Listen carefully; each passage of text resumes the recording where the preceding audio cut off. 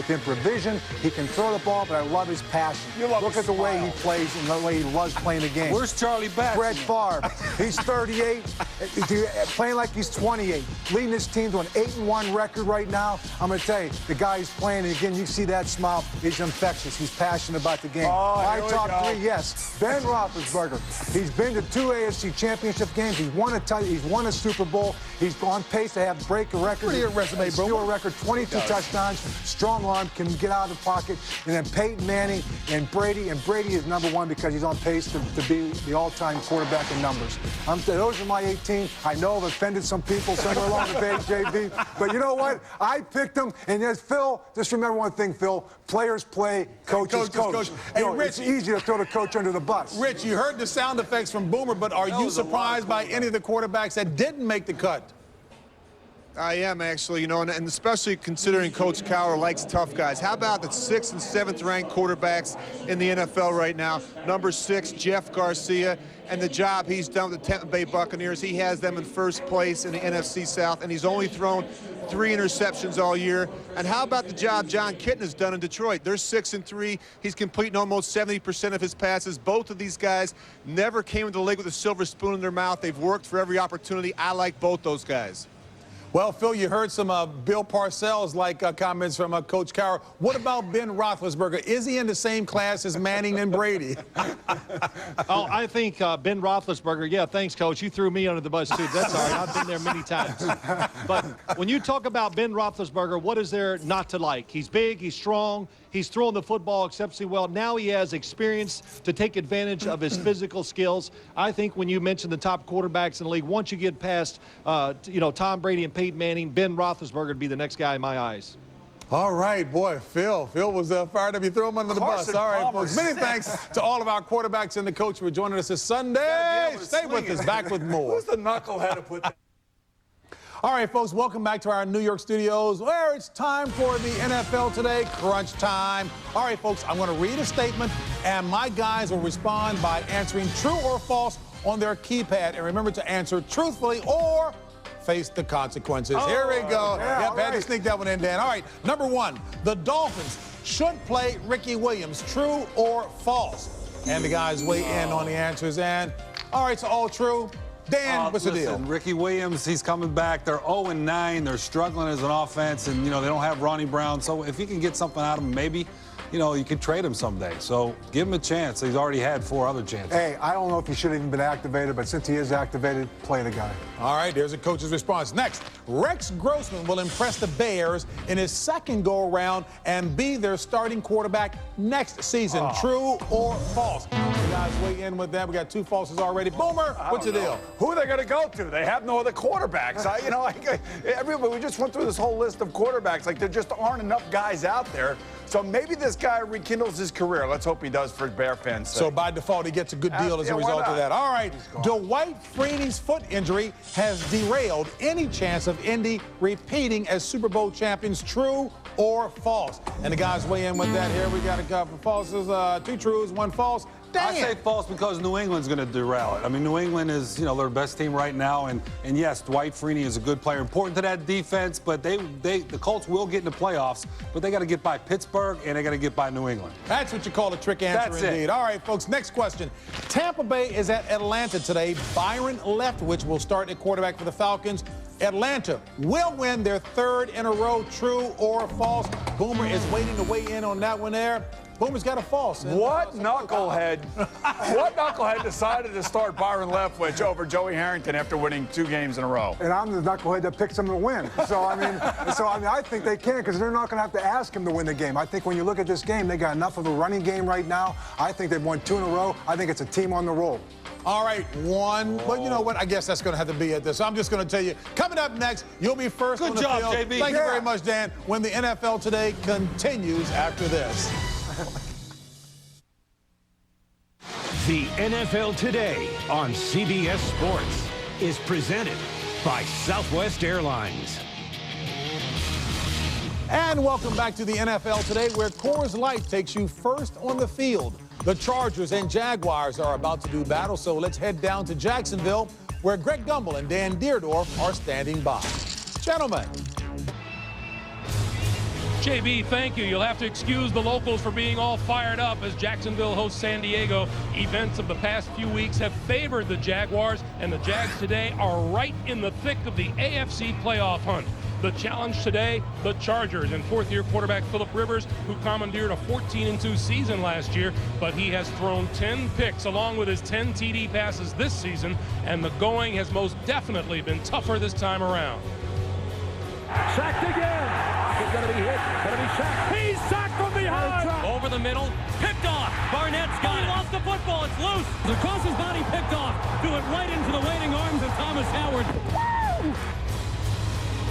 It doesn't get easier today against the Jacksonville defense that doesn't show gaudy league-leading numbers, but the Jaguars have won twice as many games as they've lost, and their rough and tough defense can make a Sunday afternoon miserable for an opposing QB.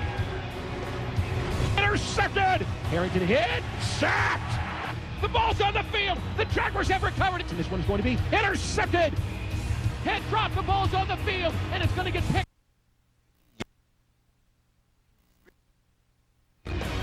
Those recent events I mentioned, in their last two outings, the division-leading Colts have lost. Sweet music to Jaguar ears and the rest of the AFC South. Jacksonville starts the day just a game back. In the AFC West, the Chargers.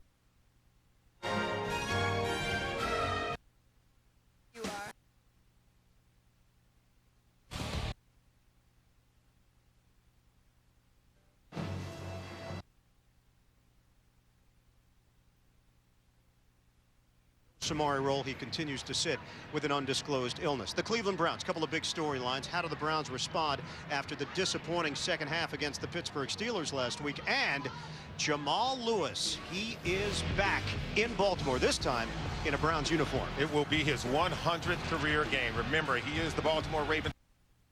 In their division, that they can catch and pass the Colts, and you know what? It is a reality. They might be able to do it. The LaDainian Tomlinson watch commences at kickoff. Just 91 rushing yards, and LT will join a pretty exclusive club of career 10,000. Some people call this a trap game. Do you think it is? I don't think so. Andy Reid isn't concerned about a letdown with this football team. In fact, at 4-5, he says they have plenty of their own problems right now. But the one concern he should have is making sure you don't wear out your best and most productive weapon right now, and that is Brian Westbrook. He is the real deal. As complete a back as there is in the NFL right now, and what they want to do is get him out in space and let him make some plays with his legs. Well, you've been watching a lot of tape this week of the quarterback of the Eagles, Donovan McNabb. What have you seen from one quarterback to the other? I'll tell you, I've been encouraged by what I saw last week against the Washington Redskins. He really made some plays with his legs, and that's really what's been missing when you watch their offense. Last week, play action play. Watch the job of the offensive line up front. Do a nice job with protection. His eyes are downfield, but now he sees an opening, an opportunity to pull the ball down and make a play with his legs, pick up some key first downs and keep drives alive. That's what he has to do more of. Now, a few plays later, they have a screen pass. The linebacker does a good job sorting it out. What does he do? He makes the best of a bad situation by pulling it down. If he can do this 3 or 4 times in a game, this will really help their offense. And all this takes us to our Gannon game points for this afternoon's game. Well, it's important that John Beck get off to a good start. You help your rookie quarterback by being solid with your pass protection and by running the ball. Philadelphia has yet to win 2 in a row this season. Good teams begin to make their push in November. Is this a playoff team? And finally, 2 explosive backs. Not only on the ground, but through the air. Both defenses must get hats to the ball and tackle well. Another sellout crowd to watch John Beck and the Miami Dolphins, along with Jason Taylor, take on the Eagles and Andy Reid next on CBS.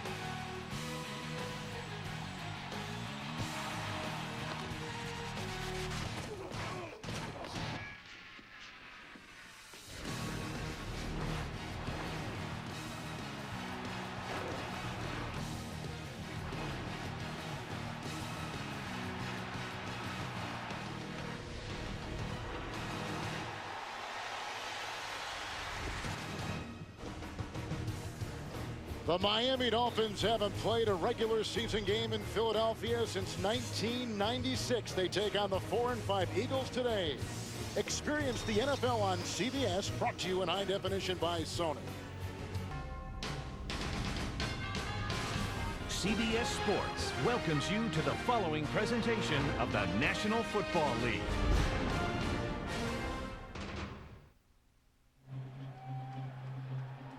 It is a chilly 41 degrees here in Philadelphia. The wind is out of the northeast and feeling every bit those 15 miles an hour.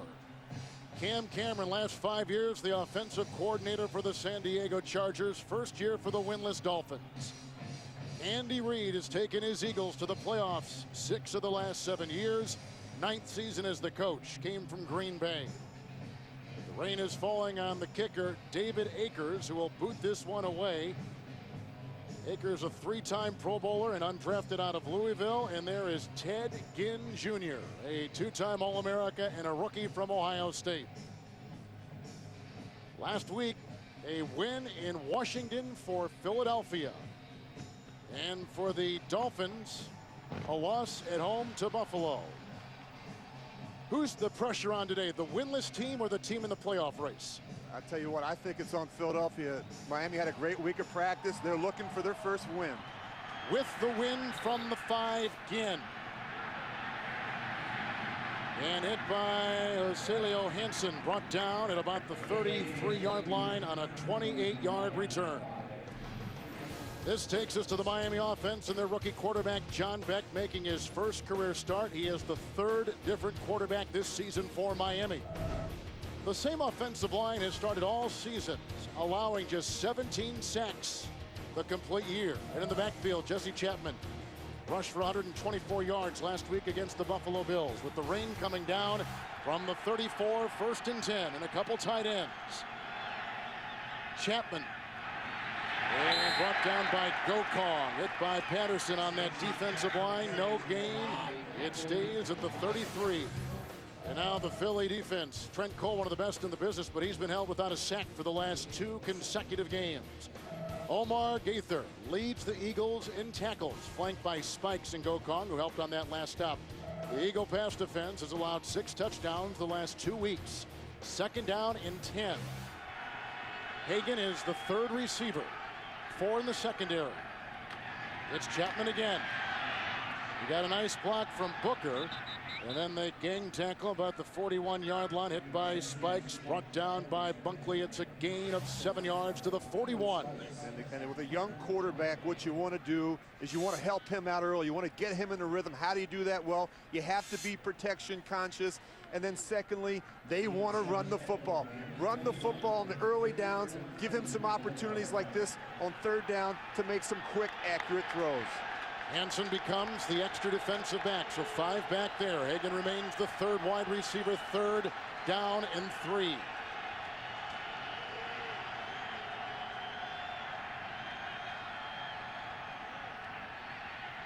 Beck, incomplete. He was looking for Chapman in the coverage by Takeo Spikes. And they got a punt on their first possession. And that was not a good throw for your first throw of the day. It looked rushed. It looked hurried. He didn't look comfortable. And there's Jim Johnson. And what you know about Jim Johnson is this. He's going to test and probe the rookie early to make sure that he has quick answer throws. He knows where the blitzes are coming, and he understands the protections. The rookie Brandon Fields will punt. He's out of Michigan State. And 5th-year veteran Reno Mahe, undrafted out of BYU, is back inside the 20. Now the rain has let up here a little bit. More of a drizzle than a rain. This is into the wind. Mahe from the 19, wrapped up and brought down by the reserve wide receiver Hagan. Derek Hagan with the tackle after a 5-yard gain and a 41-yard punt. Let's go to the Philadelphia offense and quarterback Donovan McNabb, who turns 31 in a week. He is the 8th-rated quarterback in the NFL. The Eagle offensive line has allowed 30 sacks. That's the 2nd most in the NFL. Running back Brian Westbrook averages more yards rushing and receiving per game than any other player in the NFL. He didn't practice, though, on Thursday and Friday because of a knee. From the 24-yard line, it will be 1st and 10 for Philadelphia. They put L.J. Smith, their tight end, atop your screen. 4-3 defense for Miami. 1st and 10. It's tipped and almost picked off. They had Lehan over there. The pass was intended for the tight end, Schobel. It'll be 2nd down and 10. The defense of Miami allowing second to last 28 points per game. On the defensive line, Vonnie Holliday moves to defensive end, replacing the injured Matt Roth. And Roderick Wright replaces Holliday on the defensive tackle. 3rd straight miss for Zach Thomas. Crowder takes his place there. Pope takes the place of Crowder outside. In the secondary, Will Allen is the lone starter for every game this season. Burrell, the safety, the 5th different safety this year. 2nd down and 10 from the 24. 3rd wide receiver is Avant. Westbrook takes it into the teeth of that defense to the 26-yard line, brought down by Jason Taylor, hit by Wright on the play, a gain of 2, mark him at the 26. I'm a little curious with the start from Philadelphia, throwing the ball in the first play of the game. You would anticipate against this Miami defense that's been very porous against stopping the run. They're 30th right now in the National Football League. They're giving up almost 150 yards a game on the ground. You'd think Philadelphia would come out with a physical approach, trying to run the ball right at that front 7. There are 6 defensive backs. There are 3 on the line for Miami. 3rd down and 8 with 4 receivers. McNabb throws to the tight end Smith. Good defense on the play by Will Allen. Smith with the drop. A quick 3 and out for the Philadelphia Eagles. They got a punt like Miami did before them. And that's one of the things they have to do when you look at this offense. L.J. Smith has been nicked a little bit this year. Just 11 catches coming into today's game. They have to find a way to get him going early. The rookie from Australia, Sav Rocca, will let this one fly, and he's got the wind at his back, and Ginn is back at the 23. And immediately brought down, hit on the play by J.R. Reed, 28-yard line, a 6-yard return, a 51-yard punt. A second look at BYU rookie quarterback John Beck, 12-25 in the. McNabb 3 and out on his first possession, a punt by the Eagles from the 29. Second possession by Miami, they too 3 and out. The rookie fullback Maui is in there, and it goes to Chapman. No place to run, no place to hide. Takeo Spikes, a 2-time Pro Bowler, shooting up the middle of the linebacker, throws him for a loss of 6. And it's back to the 23. Since the beginning of last season, this has been the quarterback situation in Miami. And it hasn't been a good one. When you talk about the lack of consistency in production at this position, you have absolutely no chance. All the turnover at quarterback as well as the head coaching position.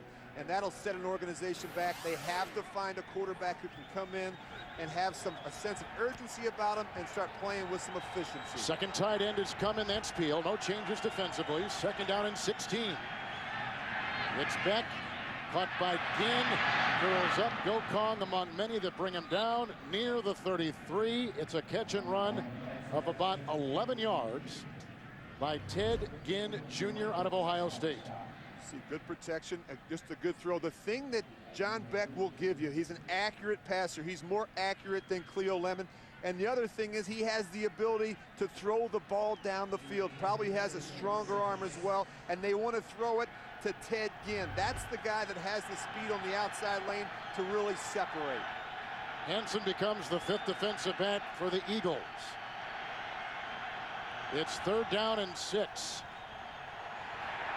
Beck right through the hands of Hagan, who is the 3rd wide receiver. Right through his hands, 3 and out for a second consecutive time for Miami.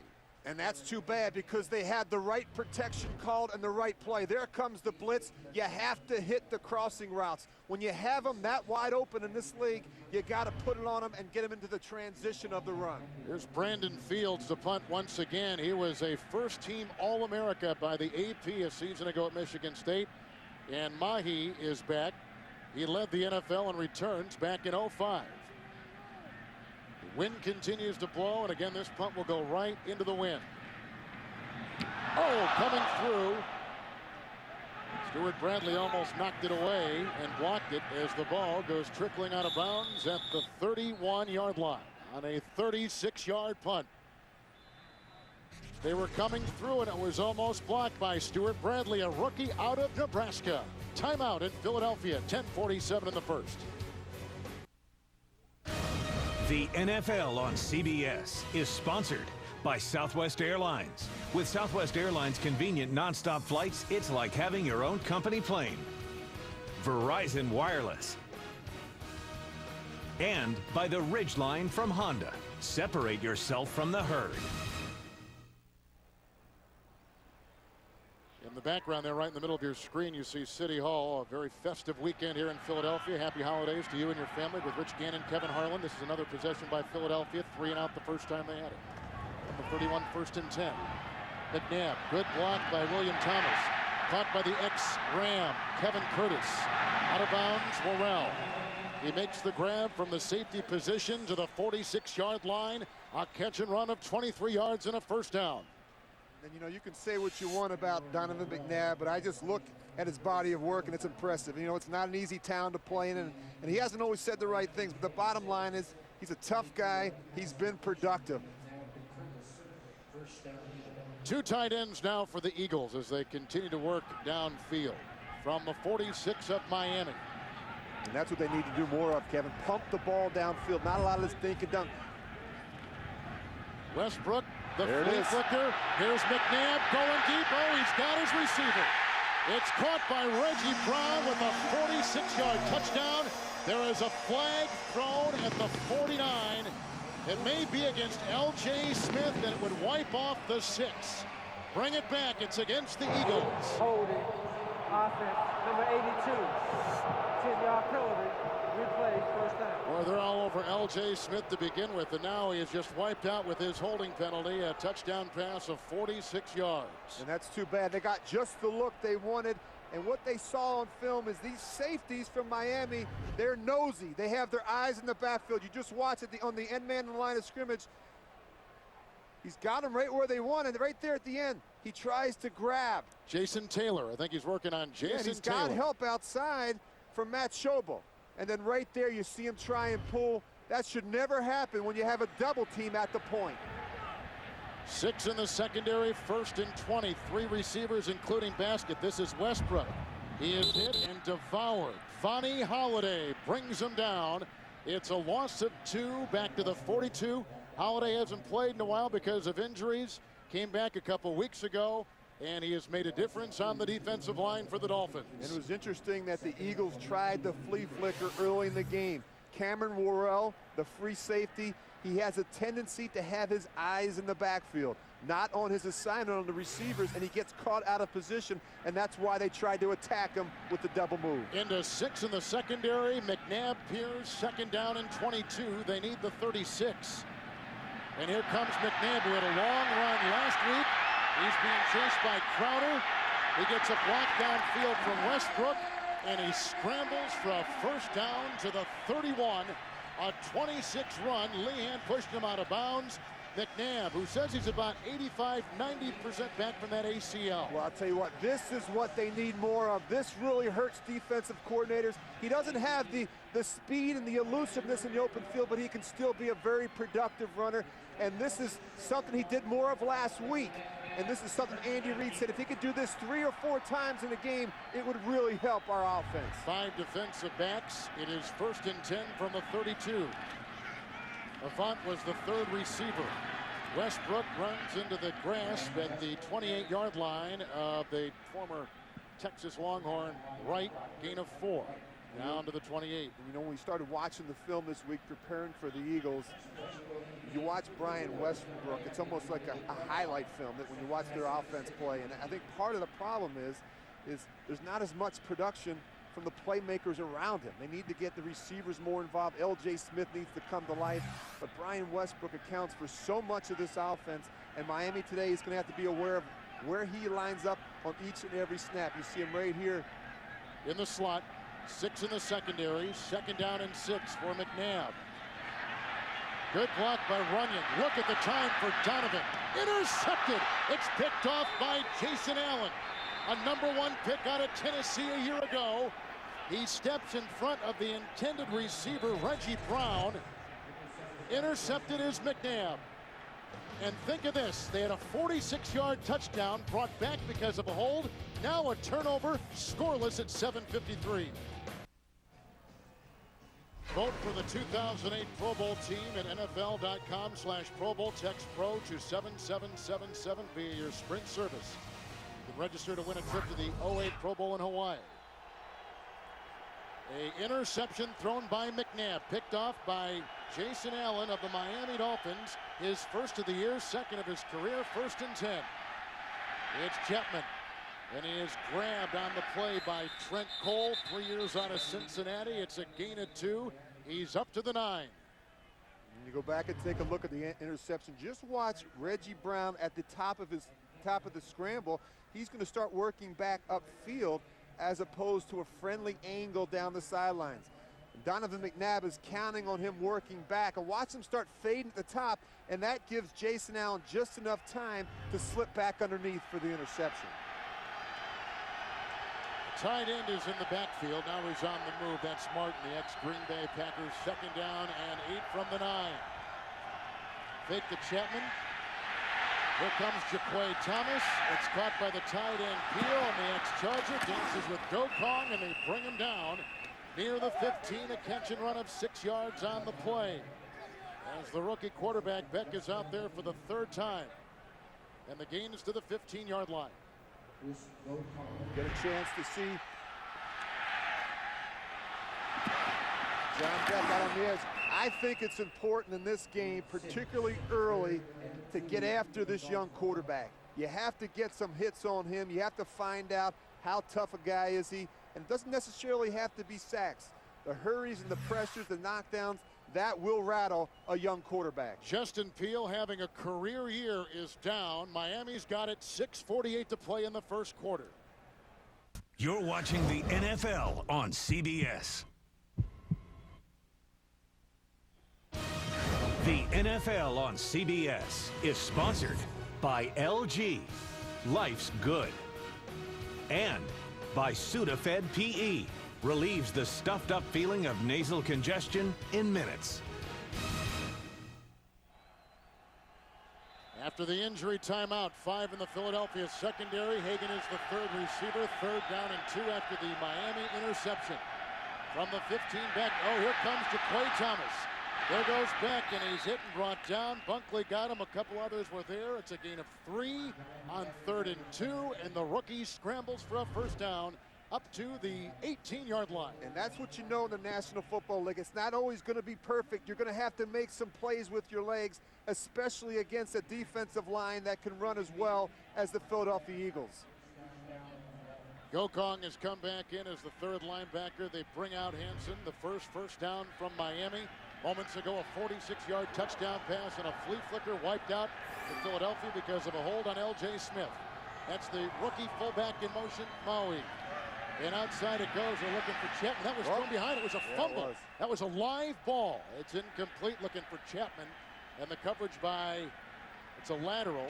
The coverage by Jaquay Thomas. So out of bounds it goes, and a loss on the play. And he looks hurried. He looks like look at the back's not even, Chapman's not even looking for the ball, and the ball's already out.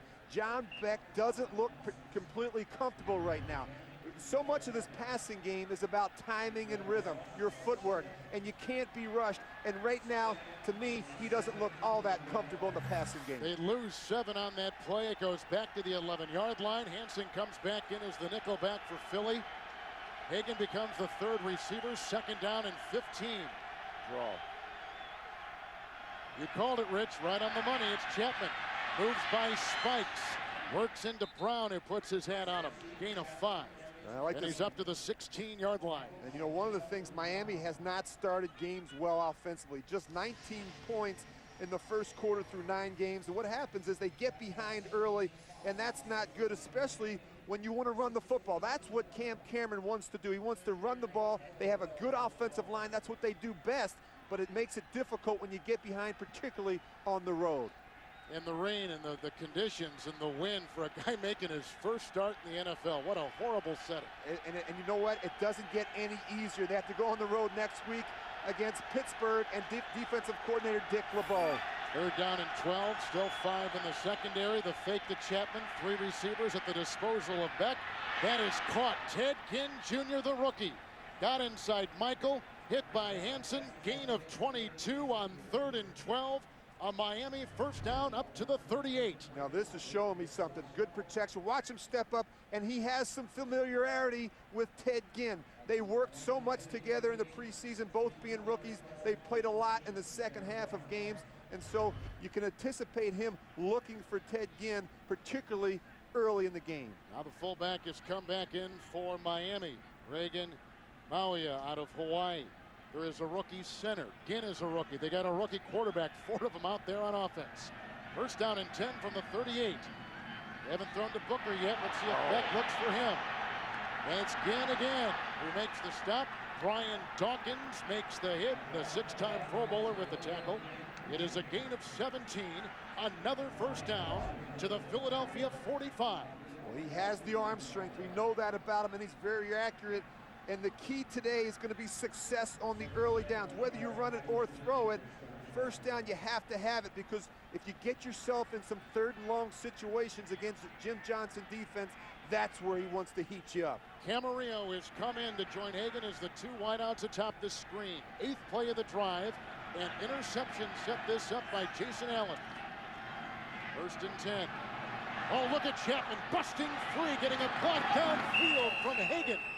And he's down to the 28-yard line. Brought down on the play by Dawkins along with Michael. A 17-yard burst and a first down to the 28. You know, Jesse Chapman reminds me a little bit of Maurice Jones-Drew in Jacksonville. He runs with power. He has a low center of gravity, and he really has some good speed when he gets into the second level. But what happens with these backs, they're so short.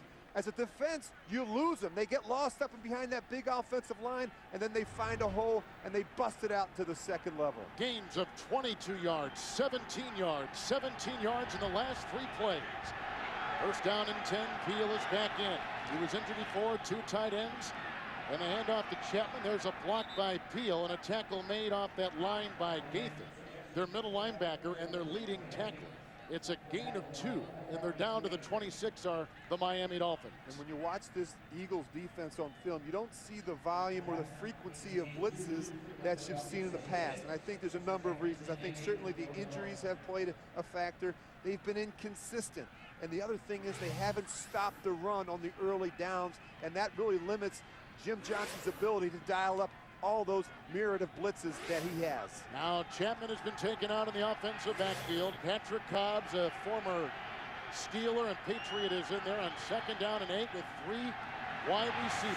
This is Cobbs, who is brought down by Patterson. There's a flag on the play at the 28-yard line after that gain of 2. Down to about the 24. Jerome Boger is our referee today. A very experienced crew. 4 different officials on this crew have worked a Super Bowl. As they talk things over with Takeo Spikes. It's against Miami. As you can see. Illegal shift offense. 2 men moving prior to the snap. 5-yard penalty. Replay, 2nd down. 5 in the secondary for Philadelphia. They go with Hansen. We talked to Jason Taylor last night, the defensive end. He said the team, if anything, has grown closer during this winless 0-9 season. And a lot of it has to do with that man right there, Cam Cameron. He's a man of conviction in his personal life as well as in his professional life, and he's done a good job keeping this football team together. 5 in the secondary. Hagan is the 3rd receiver. This is Cobbs on 2nd down and 13 as he kind of weaves his way around the field and brought down by Hansen along with Michael. It's a gain of 2. And he is down to the 29-yard line. Well, the important thing for John Beck is just to manage the game. Don't let the game become too big. And the other thing is, we talked early in the open, he can't hold the ball in the pocket. You see Trent Green right there. He's been a great mentor to him. He's helped him during the week. He's taught him how to break down film, and he's helped him to prepare for this game. Since they intercepted McNabb, they've worked all the way downfield, converting 3rd and 2 and 3rd and 12 on this drive. Here is 3rd and 11. Hagan, the 3rd wide receiver. And this is a pressure down for the Eagles. Chapman is back in. There's a block, and there's a throw almost picked off. Almost grabbed by Lito Shepard, jumping right in front of Derek Hagan. It's 4th down and 11. They would have to kick this into the wind. And let's see what they decide. And see, Lito Shepard is a veteran corner, and he knows when they're bringing pressure, Miami is one short, and so he'll sit on that curl route. That's why he's a Pro Bowl player.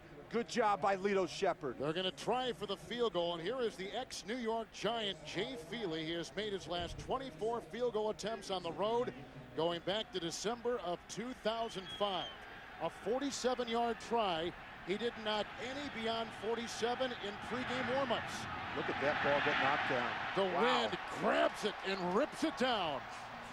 With 11 seconds to play in the first, there is rain and there is wind, but Miami says Reed did not score moments ago. Timeout.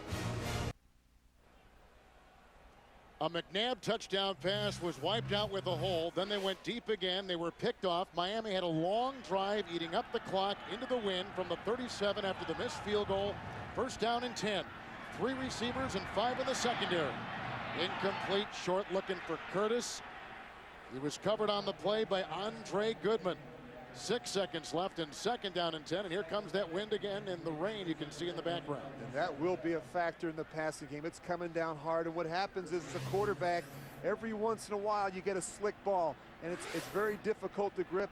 And sometimes you don't realize it until it's actually leaving your hand. Nickel secondary. It's second down and 10. That's the tight end. 1 of 2 out there right now. Schobel in motion. The fake to Westbrook. McNabb to Schobel. Get a bounce by Michael Lehan on a meager gain of 4. He's up to the 41. That takes us to the end of the first quarter. McNabb had a touchdown pass brought back because of a hole. He has been intercepted. At the end of 1, no score. Thanksgiving night, gather round for some CSI fun and games. It's a crazy case of whodunit on a new episode of CSI. That comes your way Thanksgiving Thursday at 9/8 Central on CBS. With Rich Gannon, Kevin Harlan. We're in Philadelphia at the end of 1. No score. McNabb with a touchdown pass called back because of a hold. He has thrown an interception. He's facing 3rd and 6. Westbrook is the slot receiver. 5 in the secondary, make it 6 in the secondary for Miami. Here they come with Wright and Joey Porter, and that's incomplete. They're looking for Brown. He was covered by Goodman, and they got a punt for a second time in 3 possessions to the Philadelphia Eagles. You've been talking about a wet ball and how hard it is for a quarterback to grab it and throw it. Well, quarterbacks have historically always complained about slick balls. So a couple of years ago, the NFL, Wilson provided a brush to kind of brush the balls down, take some of the slick and the tackiness off them.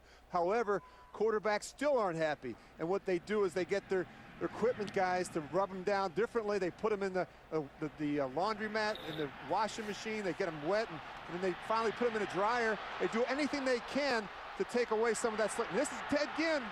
And here he goes, Ted Ginn, all the way for a touchdown, and there are no flags on the field. He had one called back last week on a kickoff return of 86 yards. He races 87 yards right here for the touchdown. And on that play, there was a terrific block thrown by Michael Lehan once he caught the ball. Watch number 22 on the right side of the screen, who opens it up for Ted Ginn Jr. And they had 2 kickoff returns last week. You said one got called back from a touchdown. They've been hurting all season long in special teams. Cam Cameron told us last night we need to make a play in the kicking game. And the extra point is up, and it is through by Jay Feely. Winless Miami with an 87-yard punt return touchdown by the celebrated first-round rookie, Ted Ginn Jr. While growing up in Cleveland, Ohio, he was a national champion 110-meter high hurdler. Then he goes to Ohio State and Columbus, becomes an All-America. Then on draft day, the Miami Dolphins pick him in the 1st round. He was disappointing to start the season. He's had a couple called back because of penalty, but that time a terrific 87-yard punt return for a touchdown by Ginn that ties the longest punt return in Miami Dolphin history. The last thing you want to do is give an 0-9 team a glimmer of hope on the road.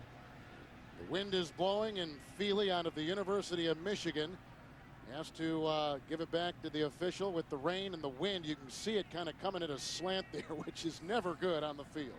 And when you have a game that weather is a factor and you're not able to throw it as much and it gets to be kind of a sloppy game, big plays in the kicking game can be the difference. Deep back is J.R. Reed, who spent portions of last year with St. Louis and Atlanta. He was in the Giants camp and let go up and off this roster in Philadelphia a couple times this year. And the ensuing kickoff after the punt return touchdown for Miami. Reed from the 4. And he is tackled at about the 31-yard line and brought down by Jason Allen, who had an interception earlier in the game. A 26-yard return, 14-28 for Donovan McMahon in the second. The NFL on CBS is sponsored by GMC, official vehicle of the NFL and proud supporter of those who want it more. Burger King, who reminds you to have it your way. And by Best Buy, where this holiday, the wow's guaranteed. The Miami Dolphins will open up with 5 defensive backs as Philadelphia, and you can see their first 3 possessions right there. Have it from the 32. A quiet Brian Westbrook, and here he goes, busting one free. Got around Channing Crowder. He gets a block downfield from Reggie Brown.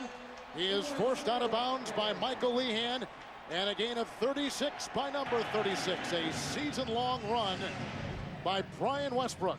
And you get a good job sealing the edge on Jason Taylor, and the fullback comes around and cuts the linebacker, and then it's up to Brian Westbrook to do the rest. And they're actually in man-to-man coverage, and so Michael Lehan has his back turned, and Reggie Brown is able to take him 30 yards down the field. But just watch Brian Westbrook when he turns the corner. I mean, this guy is an exciting player. He's got a lot of speed in the open field. He means so much to this Eagles offense. 2 tight ends and 5 defensive backs, and it's 1st and 10 at the 32. The block by Runyon. Touched by the tight end, L.J. Smith. Brought down by Crowder, 26-yard line. Gain of 6 as we take you to New York in JB. Hey, Kevin and Rich, take a look. San Diego at Jacksonville on 4th and goal. From the 1, pocket Hercules, Maurice Jones-Drew takes it across for the score, capping an 11-play, 48-yard drive. 10-0 Jacksonville. You know the Jags just 1 game behind Indy. Back to Kevin Harlan and Rich Gannon. You got that, JB, at 6 and 3. That is the number 3 rushing attack in the NFL. Thank you. 2nd down, long 3. No place to go right there as Westbrook was brought down by Michael Lehan on a gain of a loss of 3 back to the 29-yard line.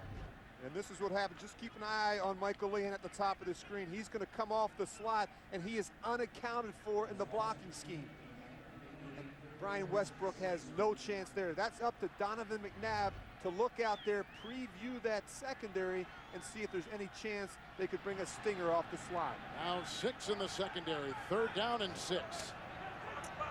Yeah, Westbrook is a receiver at the bottom of your screen. The blitz is on. McNabb going down the middle, and that's intercepted.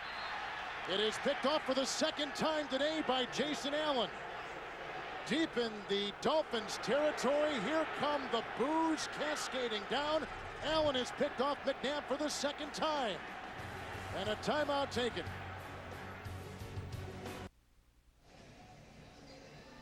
McNabb has thrown 2 interceptions in Miami territory today. And beginning at the 2, it'll be 1st and 10 for the Dolphins.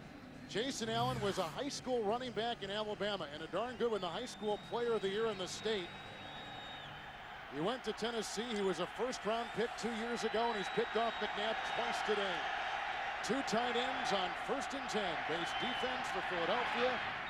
And Chapman tries to submarine his way and picks up a couple yards. And hit by Gokong. Go back and look at the interception right here. Kevin Curtis, he's just going to run the corner route. But what happens is they bring a middle dog cross, and that comes clean. And Donovan McNabb has to get rid of the ball early because Joey Porter is right in his face. And so he guesses where the angle is going to be for the cornerback. And in that situation, he just guessed wrong. There have been very few changes on that Philadelphia defense today. The starter's in right now. The only difference has been the occasional added defensive back. 2nd down and 8. Again, 2 tight ends. Booker is in there. The rookie offering a block as they go outside to Chapman, who is covered by Gokong. Lorenzo Booker offered a block. He's a rookie out of Florida State. Gokong was on the coverage. It's 3rd and 8 coming up. And you just watch. These are some easy throws that he's making look difficult. And he looks like he's trying to aim them. You can't aim them. That's a fire pass. That's a pass that they run a lot in that system. He shouldn't miss those throws. And he's got the wind at his back. Yeah, and you got to take advantage of that when you have that situation. But backed up, Cam Cameron has to be careful with the play call here in this situation. I would expect something very conservative, particularly with the young quarterback. Hagan is the extra receiver, 5 in the secondary, 3rd and 8. Oh, and there's a big-time hit, Chapman. And do they call it a safety? It's a loss of 3. A hit by Trent Cole, who is #1 in the NFC in sacks. And although not a sack, as it was a hit on the running back, great penetration nonetheless, and Miami's got a punt. And I'll tell you what, this Philadelphia defense, they've improved their run defense the last couple weeks. They're getting better play, particularly out of the interior of that defensive line, and that's really where they've been roughed up the last couple of weeks. Usually when they punt, they got 14 yards. They're only going to be at about 9 yards here for the rookie, Brandon Fields. And Philly's going to set up a return. He is back at the 47 of Miami. The wind will be at his back. Oh, a horrible punt. Mahe jumping on it, but look where they're going to start at the 36, a 35-yard, bad-looking punt by rookie Brandon Fields. So a timeout. You can see the punt once again. Eagles will have it at 10:47. The NFL on CBS is sponsored by Frost Brewed Coors Light, the official beer sponsor of the NFL. And by Cadillac, introducing the all-new 2008 Cadillac CTS. Donovan McNabb has thrown 2 interceptions. They had a touchdown pass nullified by a holding penalty. Tough day in the wind, in the rain here in Philadelphia. From the 36 after the Miami punt, 1st and 10. Westbrook. There is a block by Selleck, the 3rd tight end. The gain is to the 30-yard line, and the tackle was made by Taylor. It's a gain of 6 on the play. And coming up, the Sprint halftime report with JB and Company. Scores, highlights, and news. The Sprint halftime coming up from New York right after this. The only score, an 87-yard punt return touchdown by Miami rookie Ted Ginn Jr. It is 2nd down and 4. 4 defensive backs. Now they split the tight end. Smith atop your screen.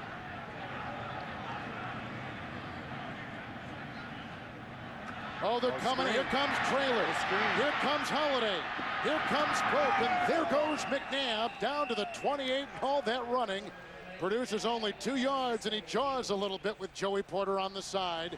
And the gain to the 28, 2-yard pickup. And you wonder why this pass rush gets home so quick. Well, it's a screen. The offensive line is on a 2 count. They're just going to get a piece of him and turn him loose. And what happens is Donovan McNabb can't find Brian Westbrook, who was leaking out to the right late. And you think this is a pretty good screen team, this Eagles screen offense? They are the best screen team in the league, and you know that Philadelphia has worked, or Miami has worked all week trying to keep Brian Westbrook under control, making sure he doesn't run that screen. 5 defensive backs, 3rd and 2. Look at him leap his blocker to pay and take it all the way down to the 16-yard line. He was hit by Allen, a 12-yard gain, and a beauty, a circus act by Brian Westbrook. And this has been a problem all year long for this Miami defense. It's really handicapped them being able to stop the run. And if you can't stop the run, it makes it difficult to do anything else with any type of consistency or effectiveness. They have to find a way to shore up that run defense. Now 6 defensive backs on 1st and 10 from the 16. 3rd receiver is Greg Lewis for Philadelphia. Westbrook, oh, he was grabbed by Vonnie Holiday, who's played for the Chiefs, the Packers, and now Miami. No gain on the play, staying at the 16. Here's that screen you were talking about. And I'll tell you what, you just watch Brian Westbrook, the patience as a screen runner, and then watch the offensive line work downfield in unison. In fact, even L.J. Smith gets involved, and then Brian Westbrook does the rest. This is what you want to do. Get him in space and let him go to work and make some yards after the catch. 4 in the secondary. Fafita has come in on the defensive line for Miami. 2 tight ends, 2nd down and 10. McNabb getting a block from the Pro Bowler Thomas. Out of bounds. Downfield looking for L.J. Smith on the play. It'll be 3rd down and 10. Well, I'll tell you what, he has had plenty of time today, though. He's been very comfortable back in that pocket, and that's been a problem for Miami as well defensively. The sacks and the takeaways are down from a year ago because they have not done a good enough job on the early down stopping the run, and as a result, you don't put offenses in position where they have to throw it.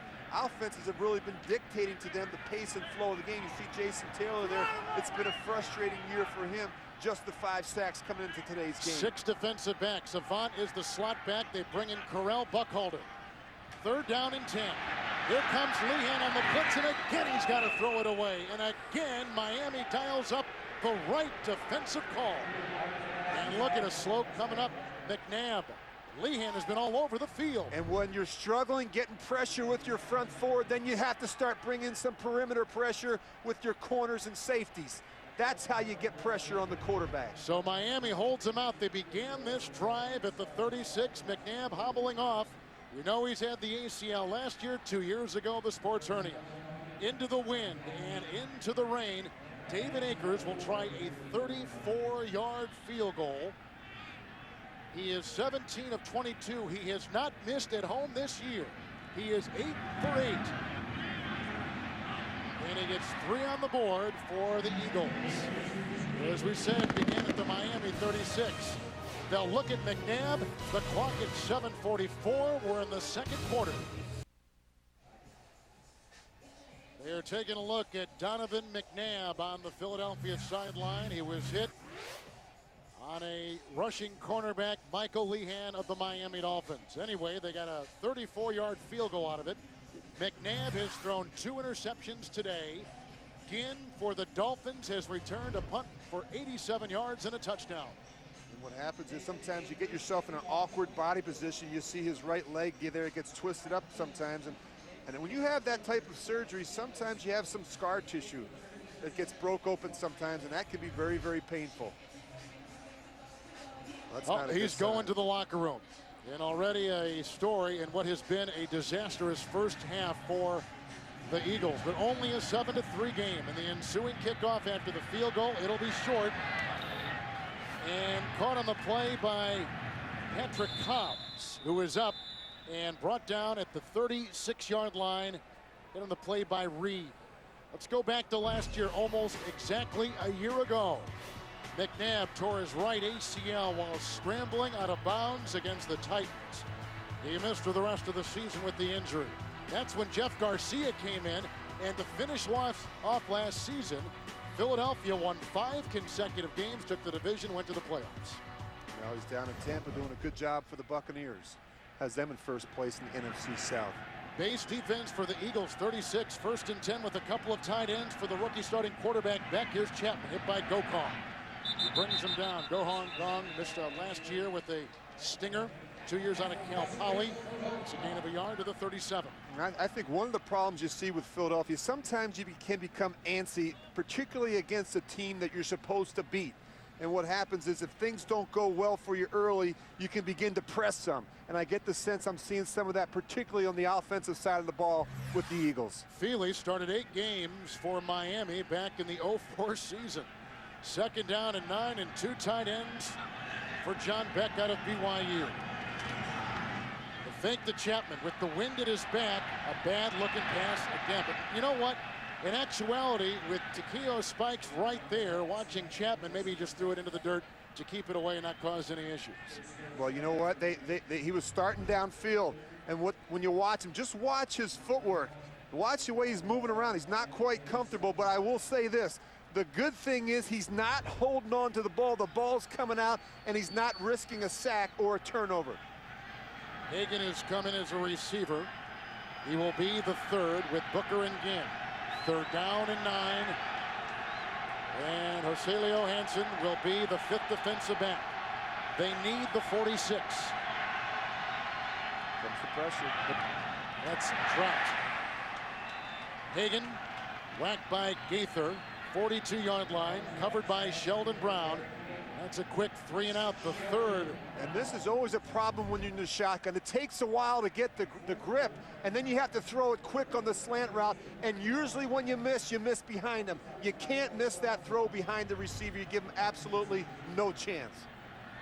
So another punt coming up for Miami. Offensively, they've missed a 47-yard field goal. Special teams-wise, they got the 87-yard punt return by Ginn. The rain and wind at his back. Brandon Fields. Nice snap. He got it, though. John Denny is the long snapper.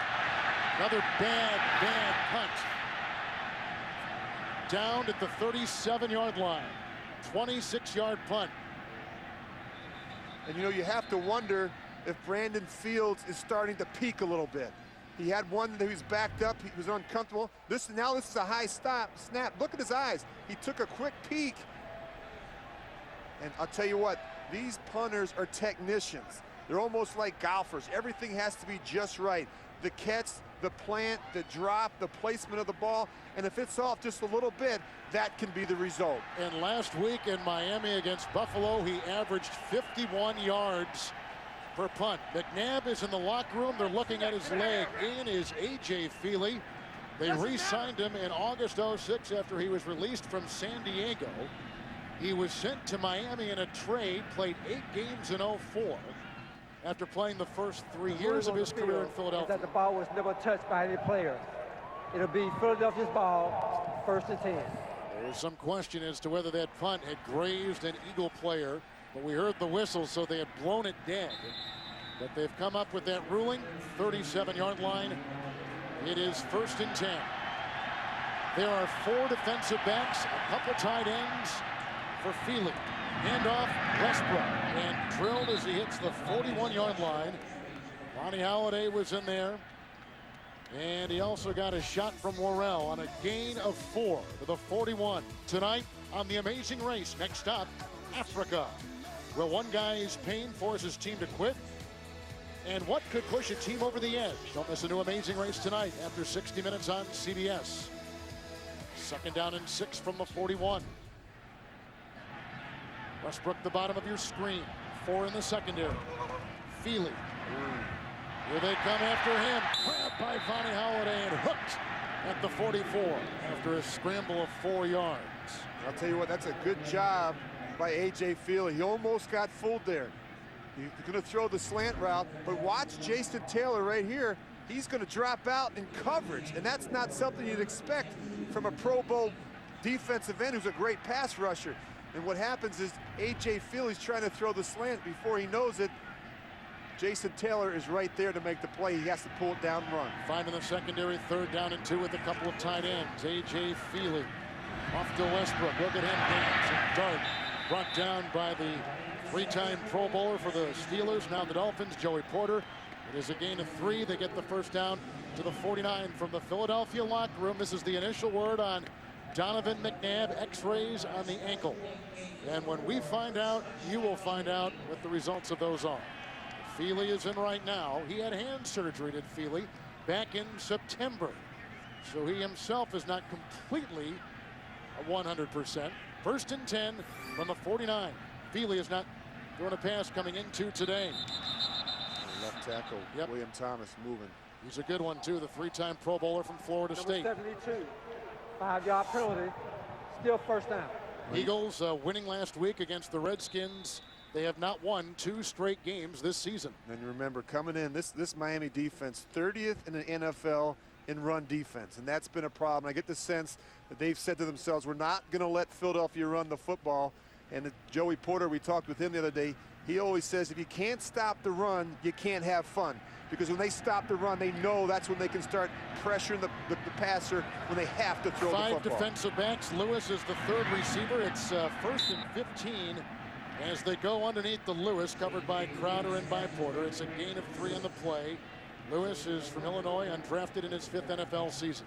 And this is an offense in Philadelphia that does a good job spreading the ball around. But they're not an offense that wants to pin back their ears and run the ball downhill at you 35 or 40 times a game. Brian Westbrook is not that type of a back, and they try and do things to get him the ball in space, some screens, some draws, some leads. But I think the best approach is to run the ball against this front. 2nd down and 12. Avant was the 3rd receiver. Still, they have the nickel secondary, and that is chased down by Crowder and by Jason Taylor on a gain of 2 to the 48-yard line. Now, what has the week been like for A.J. Feely? He's a backup quarterback with McNabb getting most of the snaps, I'm sure, in practice. You see right there, you don't get a lot of reps in practice. You know that going in, and so as a backup, you have to do the best you can to prepare, whether it be watching film or trying to get a receiver after practice to get some throws. But that is always a problem for the backup quarterback. There are 6 defensive backs. It's 3rd down and 10 from the 49.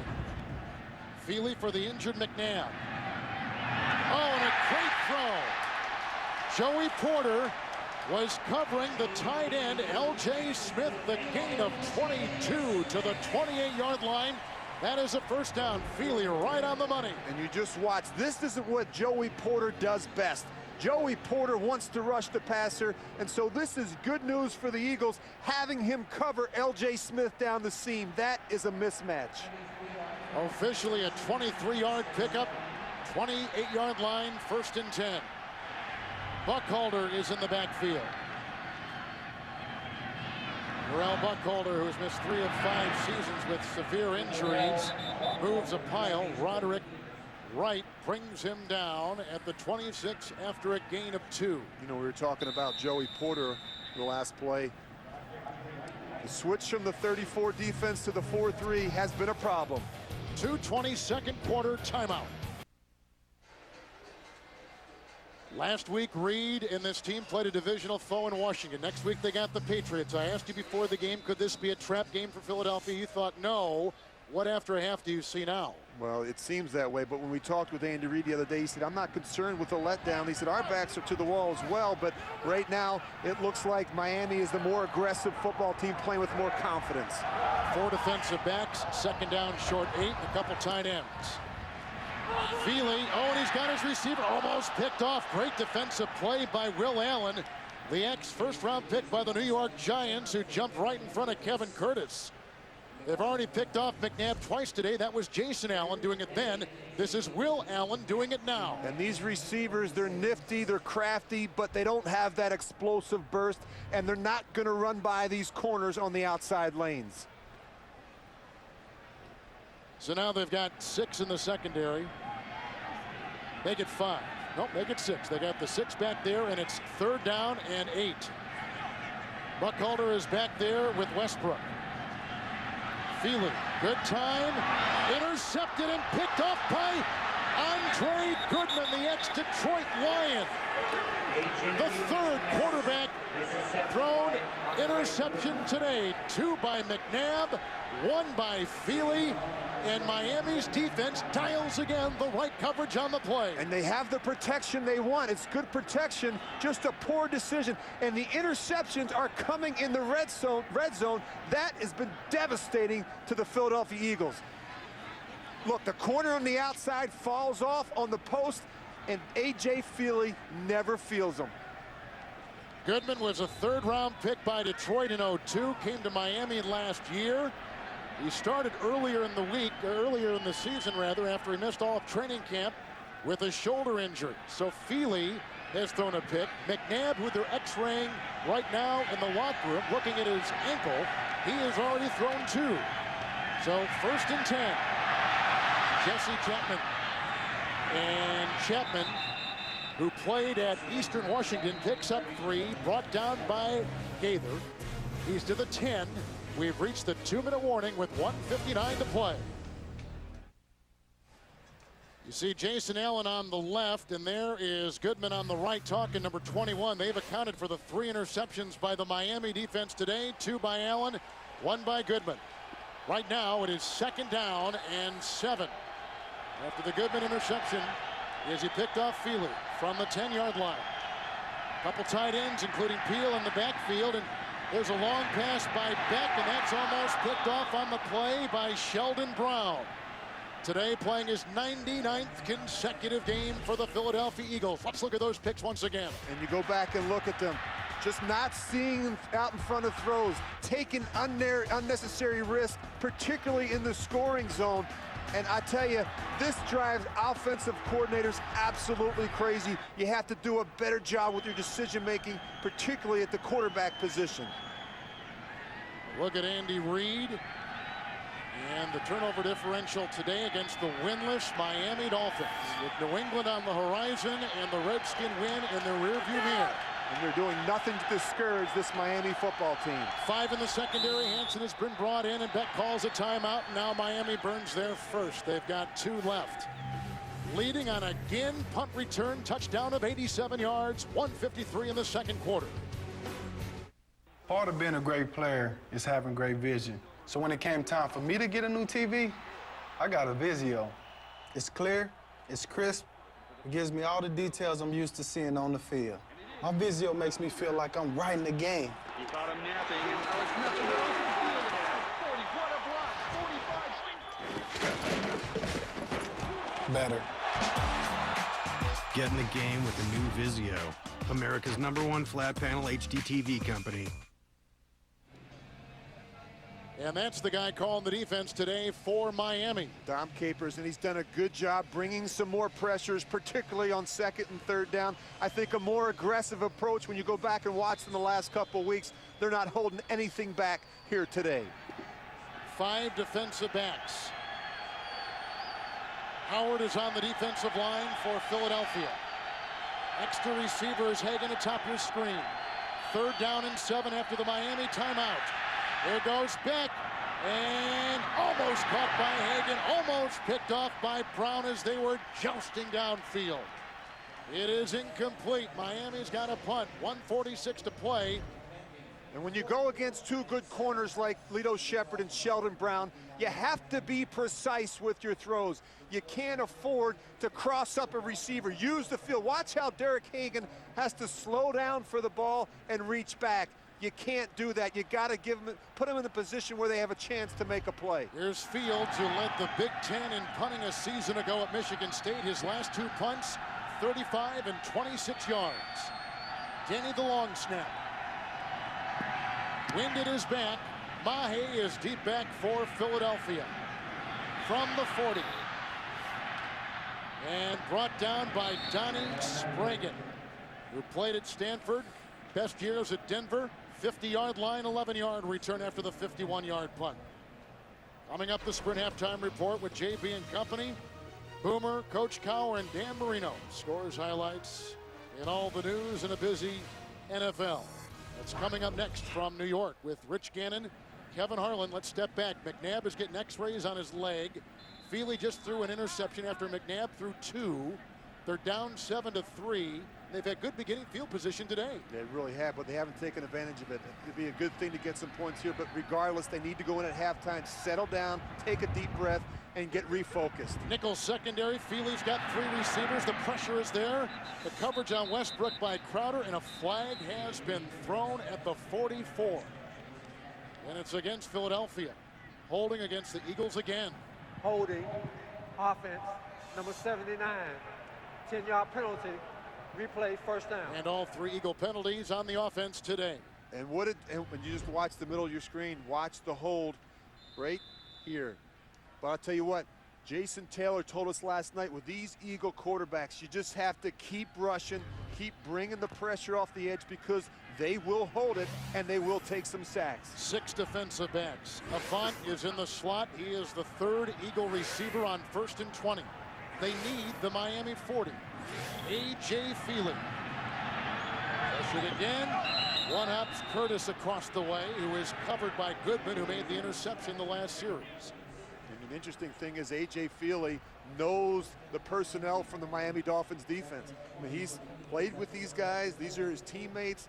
He's competed against them in practice, so he should have a really good feel for these corners as well as these safeties in the passing game. When you saw 6 defensive backs back there, what was the first thing we were dropping back in the pocket? Well, again, you have to be smart with throws. You probably know you're going to have some time to throw it. You just have to find the open receiver. 2nd down and 20. It's Westbrook, and he's gobbled up by Crowder, whose dad played for the Dolphins back in the 80s. It's a gain of 5.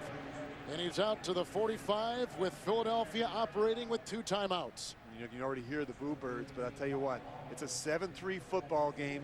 They've had 3 turnovers, and the amazing thing is they're only behind 7-3. They just have to settle down, get back to what the game plan was all about.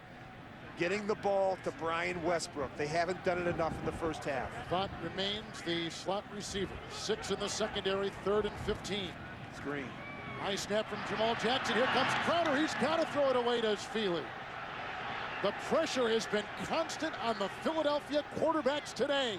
And you look at Roderick Wright. He is the one that really snuffed out that screen. And you'll just watch Brian Westbrook. Watch how they grab him. See the left arm right there by Roderick Wright. He grabs, watch, there he is right here, right in the middle of your screen. Watch him grab Brian Westbrook. And he grabs him just enough to take him out of the rhythm. And A.J. Feely has nowhere to go with the ball. Do they have a spy on Westbrook today? Well, they're very aware that he accounts for 50% of this offense. They know where he's going to be at all times. Rock of the punt. Here comes Ginn, who returned the punt 87 yards to give Miami the lead early in the game. He stepped out of bounds across the way at the 23 and a 6-yard return. And into the wind, a 38-yard punt. And Kevin, this defensive line, these linebackers, they know what Brian Westbrook means to the Philadelphia offense. And so they're going to be very aware whether he lines up offset, whether he lines up in the slot, whether he lines up in the queue behind the quarterback. That's a big tendency breaker for them. And they're very aware that when he gets the ball in space, that's where he hurts you. So they're not going to give him that opportunity.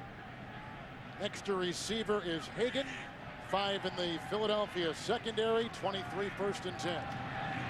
And the handoff, and this will go to Jesse Chapman, who didn't play the last couple of years because of weight issues. Came to camp this year, looked terrific. He picks up 3.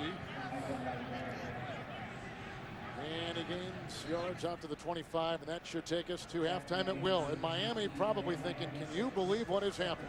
Against a desperate 4-5 Philadelphia team trying to stay pace with Dallas and the New York Giants in the NFC East, coming off a win. Now the quarterback is gone for the Eagles, having his leg x-rayed, and the backup has thrown a pick. Ginn's punt return touchdown, the only touchdown of the first half, and look at our score, halftime from Philadelphia. I'm James Brown in New York. Coming up on the Sprint Halftime Report, all the scores and highlights from Week 11 in the NFL. The Sprint Halftime Report is next. CBS Sports presents the Sprint Halftime Report. Sprint, proud sponsor and avid fans of the NFL.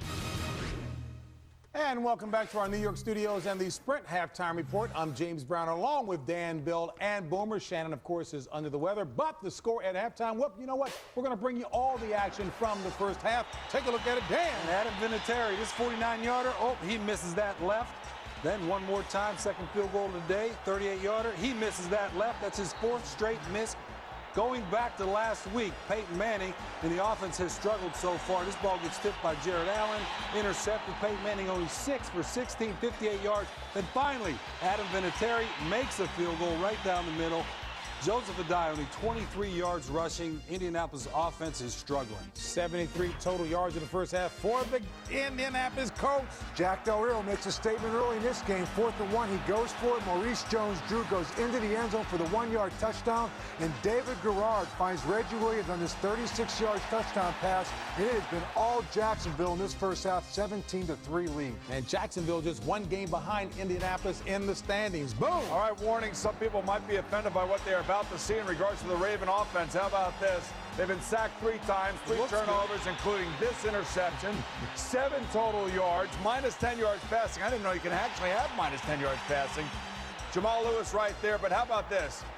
Ray Lewis just said, you know what, my offense can't do it. I got to do it myself. I got to do everything. Absolutely. He can run with it. Nice interception, 35-yard interception return for a touchdown. 10-7, the Ravens' offense has been absolutely horrendous. Anemic doesn't get it, huh, Boom? Dante Culpepper, how about this? This rollout, this long pass, but even better is this catch by Ronald Curry, splitting 2 defenders, going up. Great catch. And Chester Taylor, who's filling in for Adrian Peterson's got 85 yards in the first half. And I'm telling you, 272 yards for offense. It's a 19-16 game. 19-19, Oakland adds on the late field goal, tied up at half. Miami at Philly. Could Miami win it? Well, they might if Donovan McNabb keeps doing this. interception, Jason Allen, he had time to throw, and then Ted Ginn Jr. makes 2 guys miss. He hits the crease. Who's going to catch him? Nobody. The kicker's there. He goes 87 yards, which is a franchise record for a punt return. Ted Ginn Jr., big-time play. Donovan McNabb, time to throw. Joey Porter puts pressure on him. Nobody's there. Jason Allen for his 2nd interception of the day, and then McNabb, who gets hit by Lehan, Michael Lehan. He goes into the locker room for x-rays and of the NFL. The Eagles have turned it over 3 times in Miami territory, but the Dolphins have no turnovers and no sacks allowed, as this game today is being brought to you in HD on CBS. With Rich Gannon and Kevin Harlan. Well, what do you think? I'll tell you what going on in this game. John Beck, just 4 of 12 for 55 yards, but he hasn't turned it over. He hasn't taken sacks. He's making good decisions. He's throwing the ball away. The same can't be said for the Philadelphia Eagle quarterbacks.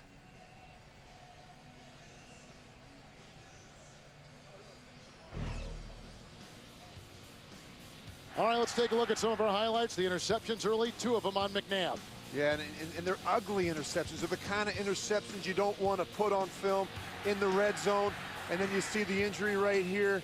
And then A.J. Feely came in, and he wasn't any better. And then, of course, the return by Ted Ginn Jr. This really jump-started the football team. And when you're struggling on both sides of the ball, sometimes a big play in the kicking game can be just enough to get you going. And through 30 minutes of football, here are some of the numbers from Philadelphia this afternoon. And you look, we highlight the turnovers, and when you turn it over 3 times, you're not going to be in many games with a chance to win. However, just 7-3 at halftime.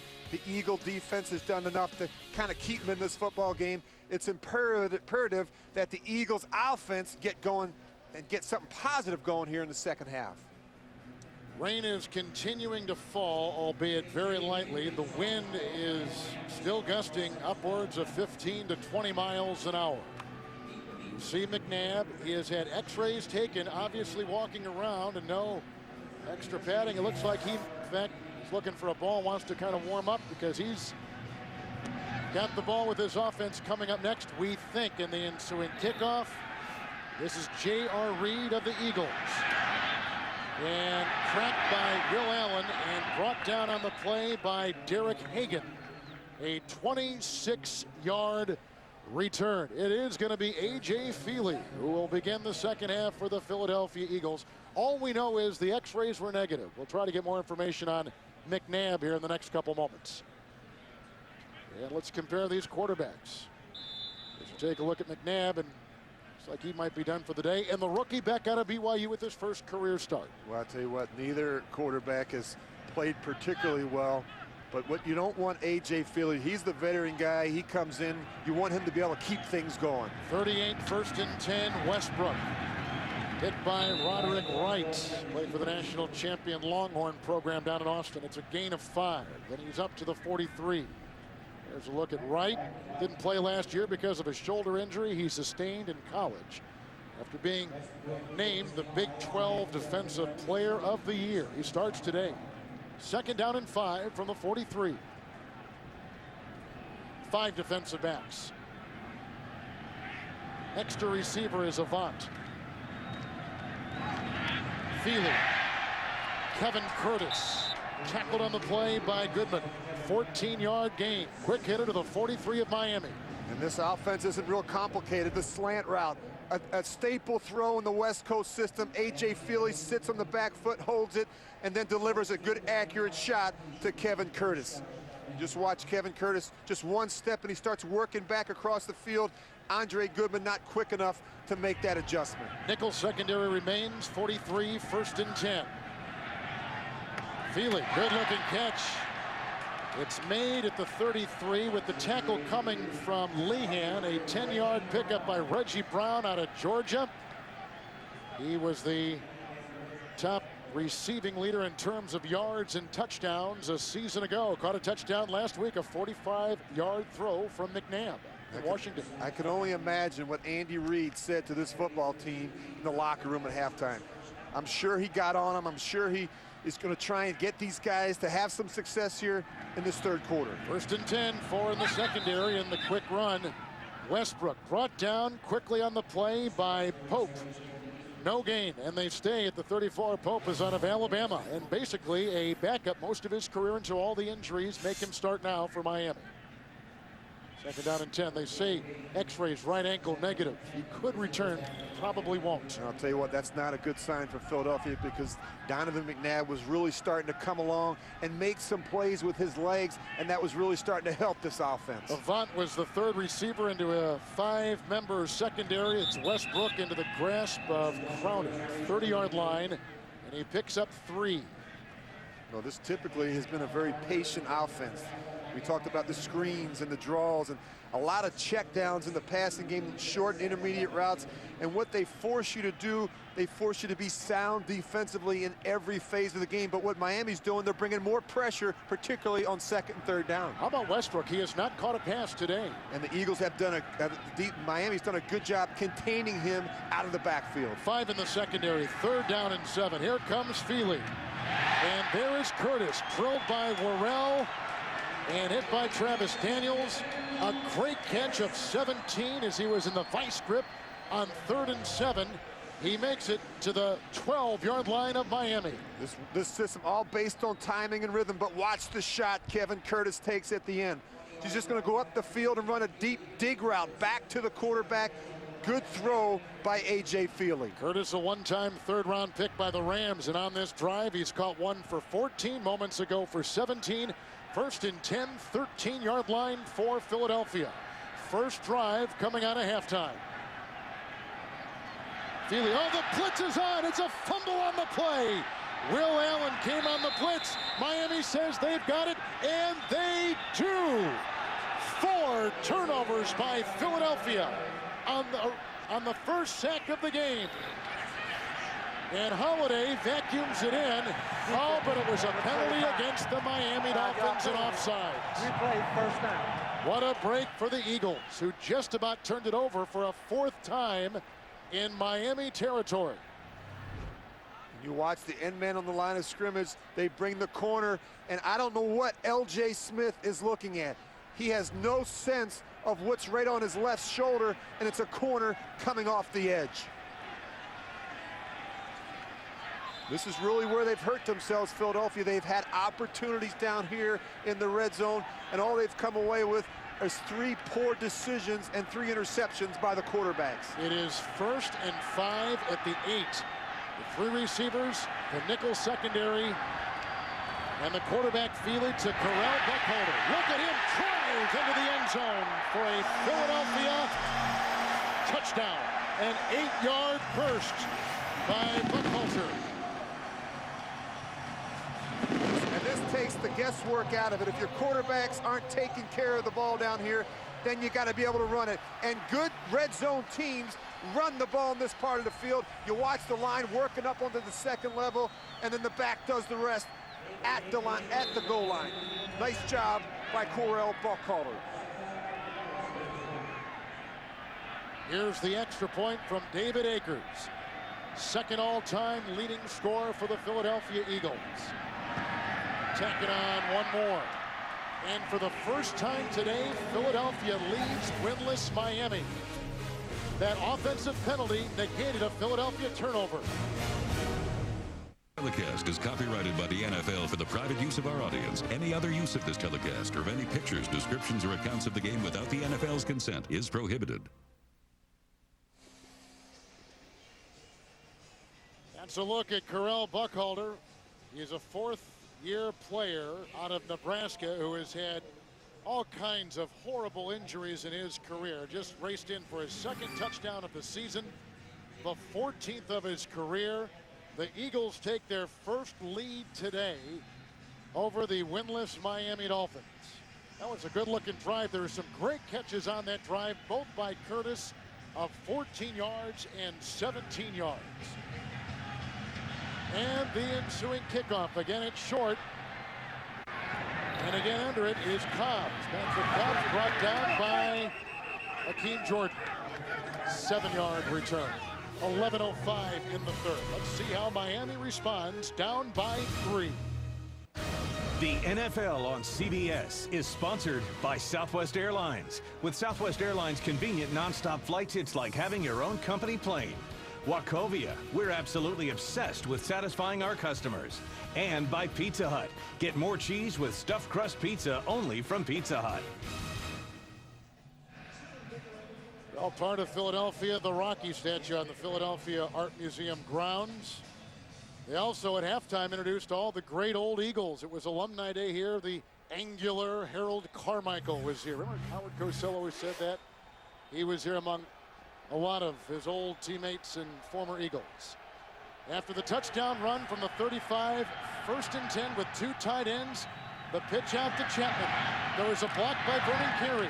Sotelo with the block, and the tackle made across the way by Bunkley. It's a gain of 8.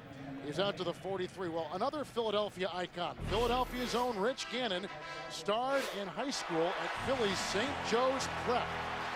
Rich won varsity letters and crew. Look how big he is. Look at the move by number 12, dodging one defender after another. He won varsity letters in crew, basketball, and football. He was an all-city quarterback and punter his senior season. 2nd down and 2 from the 43. Chapman again. And again brought down by Bunkley, and then he slipped out of his grasp, and then the others brought him down after a gain of 4 up to the 47. Then our research crew really went to work and dug deep, and look at what they came up with. Some great pictures of Rich sent to modeling agencies from coast to coast. And they said, an what imposter. I don't even know that What guy. an all-American boy he is, Rich Gannon. You know, it's amazing. You showed that that footage of my high school day. We lost that game. Thanks for that. We lost. That was a championship game my senior year. Last game I ever played at St. Joe's Prep, and we lost. Thanks for bringing that up. You're welcome. 1st and 10 from the 48. And Chapman again. There was a good block by Shelton, who came over from the right tackle to the left side. Brought down by Dawkins.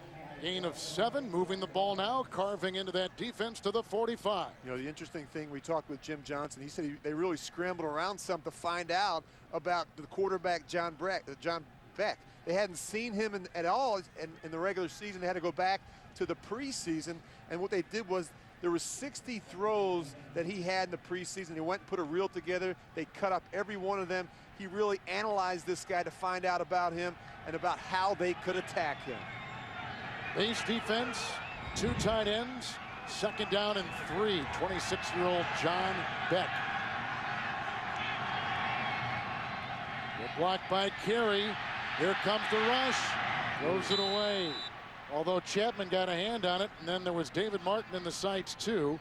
It'll be 3rd down and 3. This kid was the 4th quarterback selected. Jamarcus Russell, Brady Quinn, Kevin Cobb to Philadelphia, and 4 picks later, John Beck out of BYU. And they're doing a good job on Trent Cole, but I like the fact that John Beck is showing the ability to move around the pocket. He's showing some good escapability, the ability to slide right and left, to buy some extra time for those receivers downfield. Reed is in the safety position, but still just 4 in the defensive secondary for Philadelphia. 3rd down and 3. Peel is the extra receiver. There's a block by Carey. The handoff to Chapman, and a good-looking tackle is made by Jaquay Thomas, undrafted out of Oklahoma State. The ex-Titan who gets a starting role here. No gain, 45-yard line. And the Dolphins have got to punt with the clock halfway through the 3rd. And that's a good job by the Philly defense. You don't want to get Jesse Chapman started. Make the rookie quarterback John Beck beat you with his arm. He has not thrown the ball particularly well, just 4 of 13 for 55 yards. Stop the run and put the ball in his hands. Beck has missed his last 7 passes.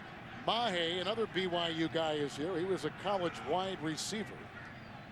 And here comes the punt from Fields, who's had a rough day. Good hang time here. And it kicks in. Camarillo, number 83, couldn't lasso the ball. 45-yard punt by Fields. 3-point Philly lead, 3rd quarter at 8:04. The Eagles, who had to come from behind to win at Washington last week, have come from behind today to lead by 3, trying to win their 2nd consecutive game for the first time all season. First and 10, Feely in for the injured McNabb. And this goes outside to Curtis, who is hit by Will Allen. He's to the 26, and he picks up 6 yards on the play. We have been talking about Westbrook today as a receiver. He is the #1 receiving running back in the NFL. But in terms of his runs, this is what he has done today. And I'm not surprised that they've been running the ball more effectively to the left. There's 2 reasons for that. Teams want to run at Jason Taylor and take some of that heat off the edge in terms of the pass protection. And then Matt Roth, the defensive tackle, he's not playing today. Tapei is the fullback. It is 2nd down and 4. Westbrook gets a nice block from Tapei. Cuts the corner. Crowder trips him up. Down he goes. About the 30-yard line on a gain of 3. There's a look at Crowder, who plays that middle linebacker position right now. Not having Zach Thomas in there, I mean, for Miami, he's got to be a real factor. It makes a difference. You look at Joey Porter, too. That's not his strength either. He wants to rush the passer. And you're right, Kevin. Not having Zach Thomas. He has been your leading tackler 11 of the last 12 seasons. He gets them lined up. He runs sideline to sideline. He makes a lot of tackles in the backfield. That's a big loss for the Dolphins. 4 defensive backs on 1st and 10. Westbrook again, held by Worrell.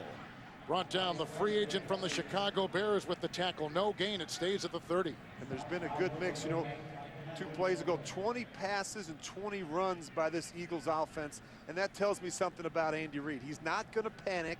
He's going to keep to the game plan and keep trying to saw wood. I mean, you can't become unglued.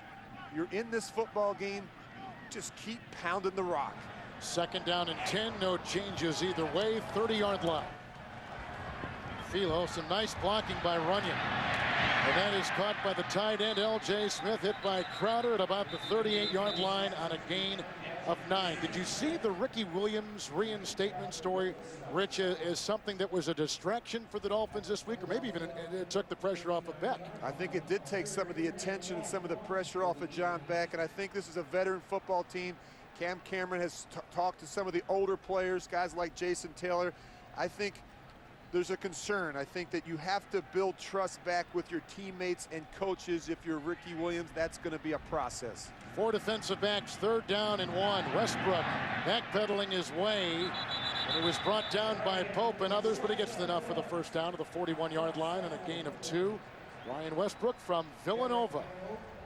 Well, we talked about Ricky Williams. He did get the reinstatement this week from the NFL. He's 30 years old. You know, he's a guy that has had some terrific seasons and some great plays for this franchise over the years. Yeah, the problem is right now is where is he in terms of his football shape? It's going to be difficult for him to get used to the speed of the game. And what usually happens with a guy that's been out that long, they come in and they get a hamstring injury. You have to be careful with them. Fafita is on the defensive line. 1st and 10 for Feely, taking the place of the injured McNabb. And some great pressure. They were going for L.J. Smith. Boy, they had Pope right in the grill of Feely. He can't even breathe back there. That's one thing about Miami's defense today. They have had constant pressure on the Eagle quarterback. And I'll tell you what, that's what we talked about. Dom Capers doing a better job bringing some more pressures. They haven't gotten it done enough with their front 4, and so they're bringing those linebackers and some of the perimeter people to get some pressure on A.J. Feely. Eagles haven't won at home since September 23rd against Detroit. 2nd down and 10. No changes either way.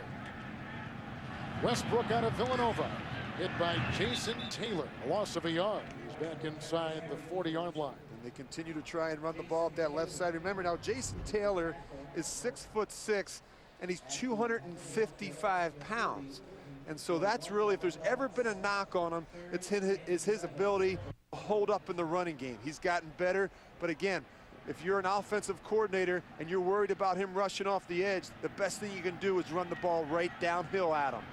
All right, Goodman comes in as an extra defensive back, so they've got 6 back there for the Miami Dolphins. 3rd down and 11. They need the 49. Feely calls a timeout. He had put out his assortment of receivers. 4:13 to play in the 3rd. Feely goes to the sideline to talk with Reed and Morningway. The NFL on CBS is sponsored by the new 2008 Ford Focus and by Canon PowerShot digital cameras. Make every shot a power shot. Buckhalter with an 8-yard touchdown run for the Eagles. 87-yard punt return by Ginn. McNabb with 2 turnovers, 2 interceptions. On the bench, x-rays to a right ankle as he was injured in the first half are negative. Feely has taken his place. He threw an interception. 3rd and 11 after the timeout, 40-yard line. Well, you hate to get hurt, but you particularly hate to get hurt and leave the field when you haven't performed particularly well, especially early in the game. 6 defensive backs, 3 receivers.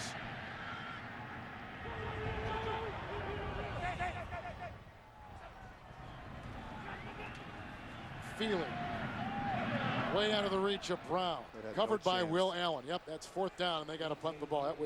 That was as unimpressive as their first drive in the second half was impressive. And what hurt them was those first 2 shots, the 1st and 2nd down. They get themselves in a 3rd and long, and if you're Andy Reid, you're guessing, is it going to be a pressure situation, or are they going to drop and play coverage? And in that particular down, it looked like the Eagles were expecting pressure, and so they kept extra linemen in the block.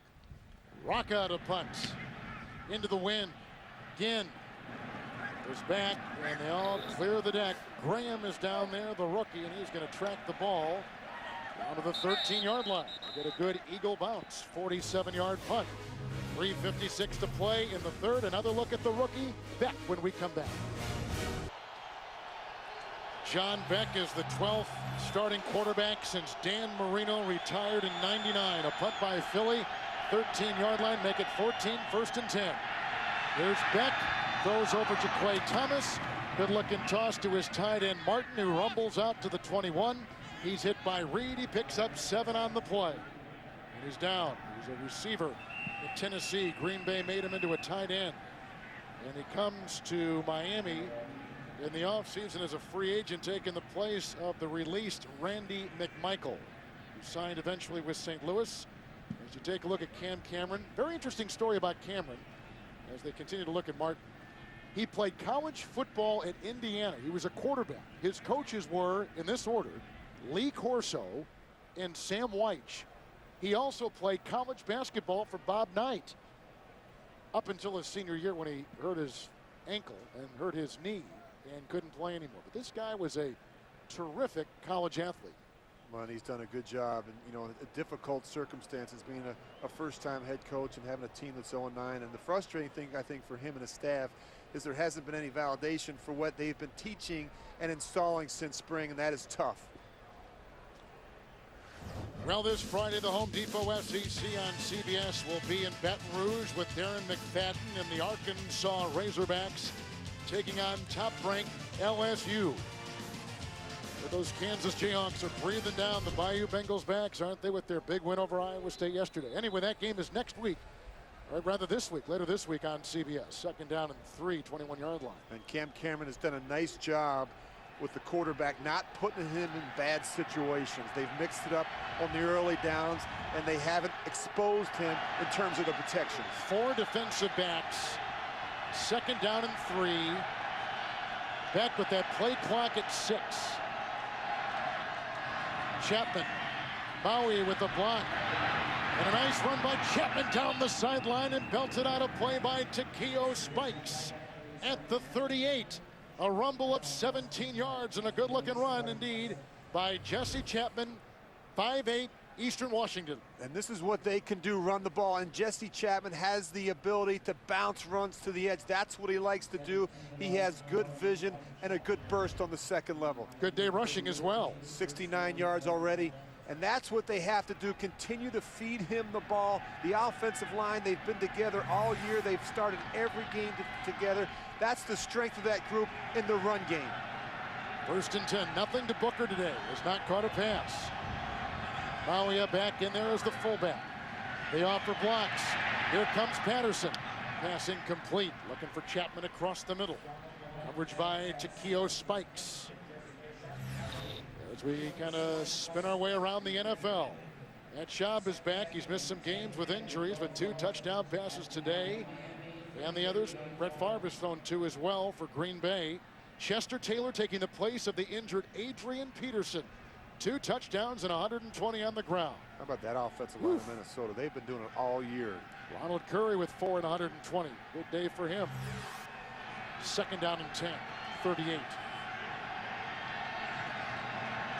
Chapman. Malia with the block on Howard, but look at Gokong come in there and wrap him up and take him down. Loss of a yard back to the 37-yard line. And this is what you need to see more of from the Eagle linebackers. You know, Jim Johnson told us he was surprised a little bit with the linebackers. They've been steady, but they've not been stellar. You just watch Gokong. He's going to fight through the traffic and make the play in the backfield, but that's really what's held back this defense. I mean, so much in the past, you're used to the Eagle linebackers with the interceptions, the sacks, the fumble recoveries, and that hasn't happened so much this year. They need more big plays from that linebacking core. David Martin, by the way, shaken up. We don't know if he's going to return. So another tight end, Aaron Holterman, is the third receiver on 3rd and 11 into a nickel secondary. Here comes Beck, incomplete, almost picked off on the deflection by Spikes. I just mentioned Holterman, called off the practice squad. In October, he dropped the ball. And we just talked about big plays from Eagle linebackers. You can see Takeo Spikes. He's right there on the right side of your screen. It's a tipped ball, not an easy one, but those are the kind of plays you love to see the linebackers make. Holterman is out of Indiana. So, Miami has missed their last 6 third-down tries. Shaky day for rookie Brandon Fields. Mahe is back inside the 20.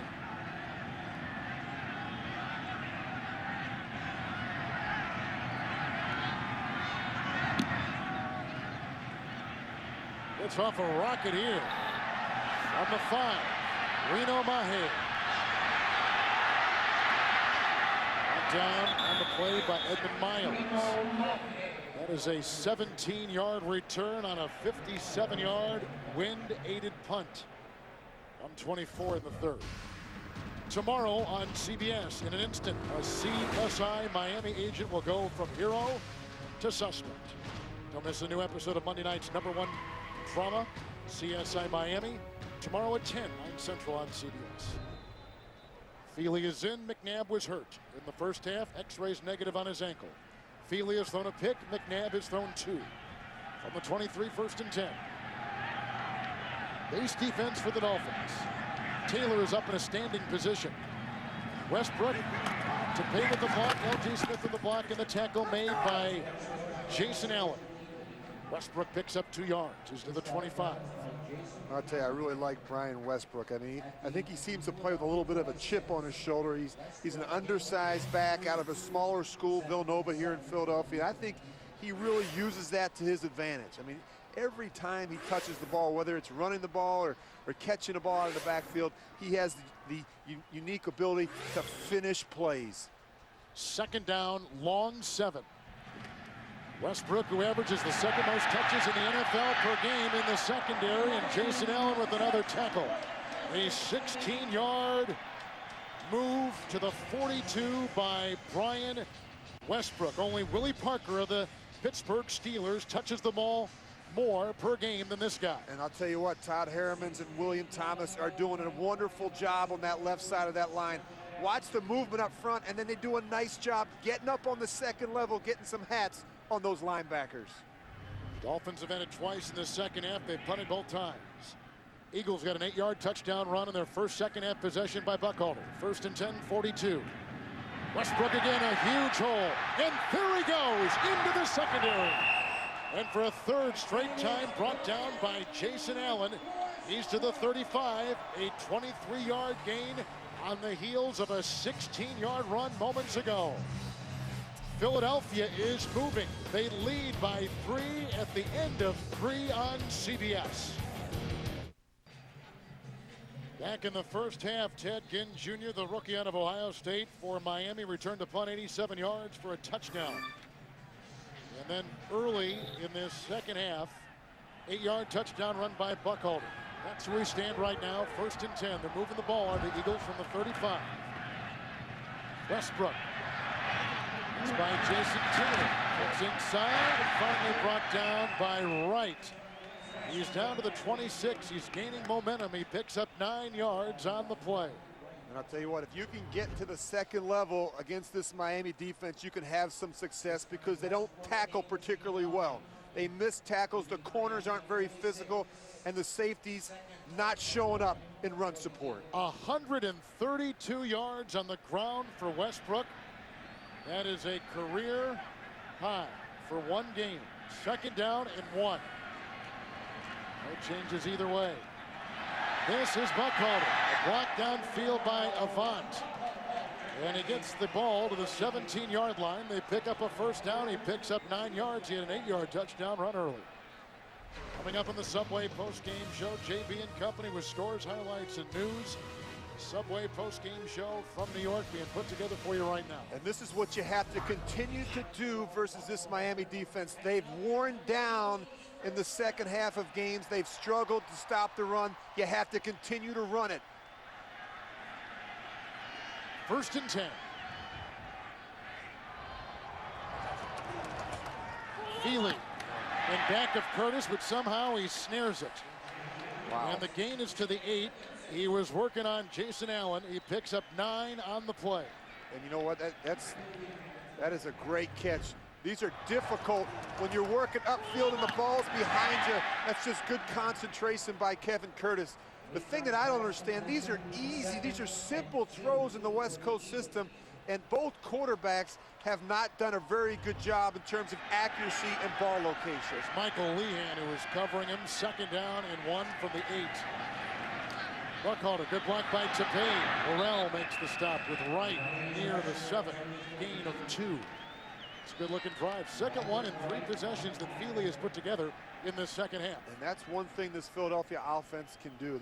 They can move the ball down the field. They put together a lot of long drives because they have good mix on the early downs, the screens, and the ability to run the football. Andy Reid does a good job of keeping track of where they are in terms of their running pass balance.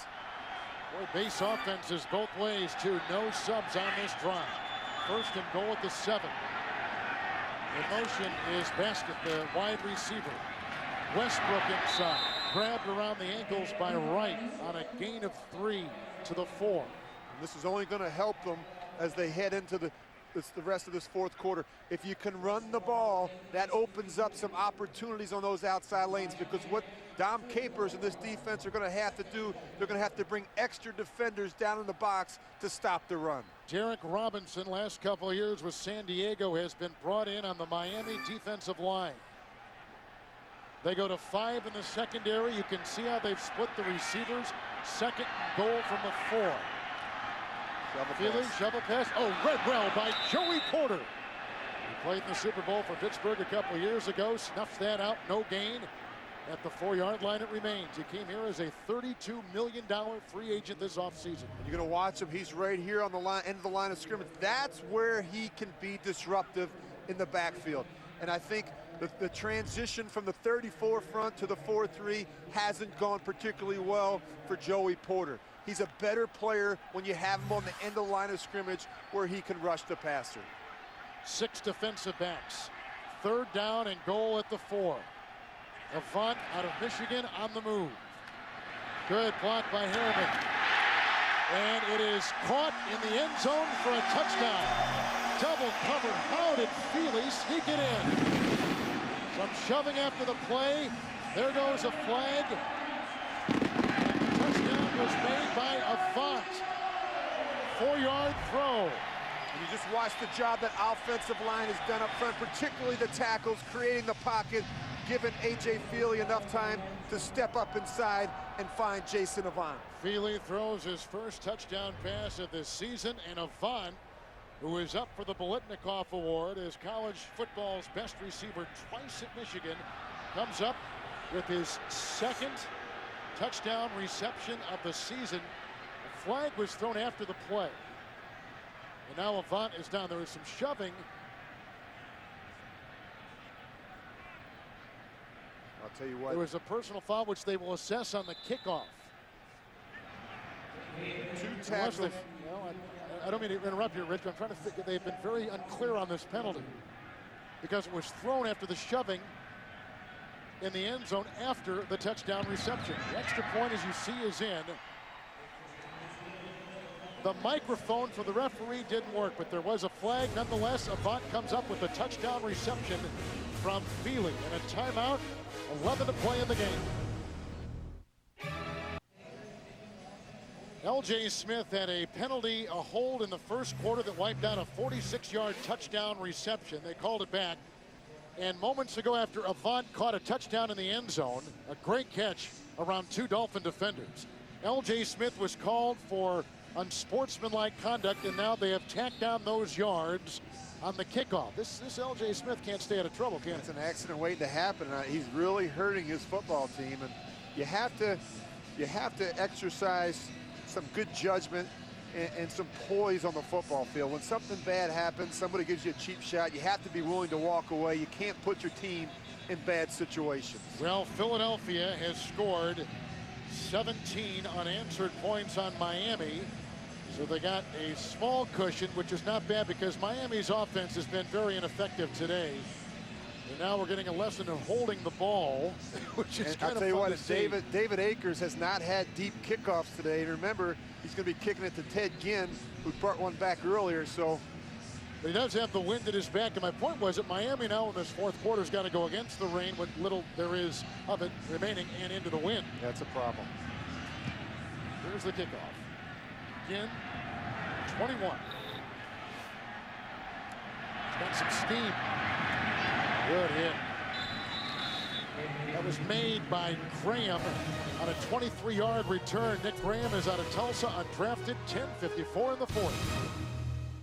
NFL on CBS is sponsored by Bud Light. Endless refreshment from start to finish. Bud Light keeps it coming. The new all-Jeep Liberty. And by Subway Restaurants. Subway, eat fresh.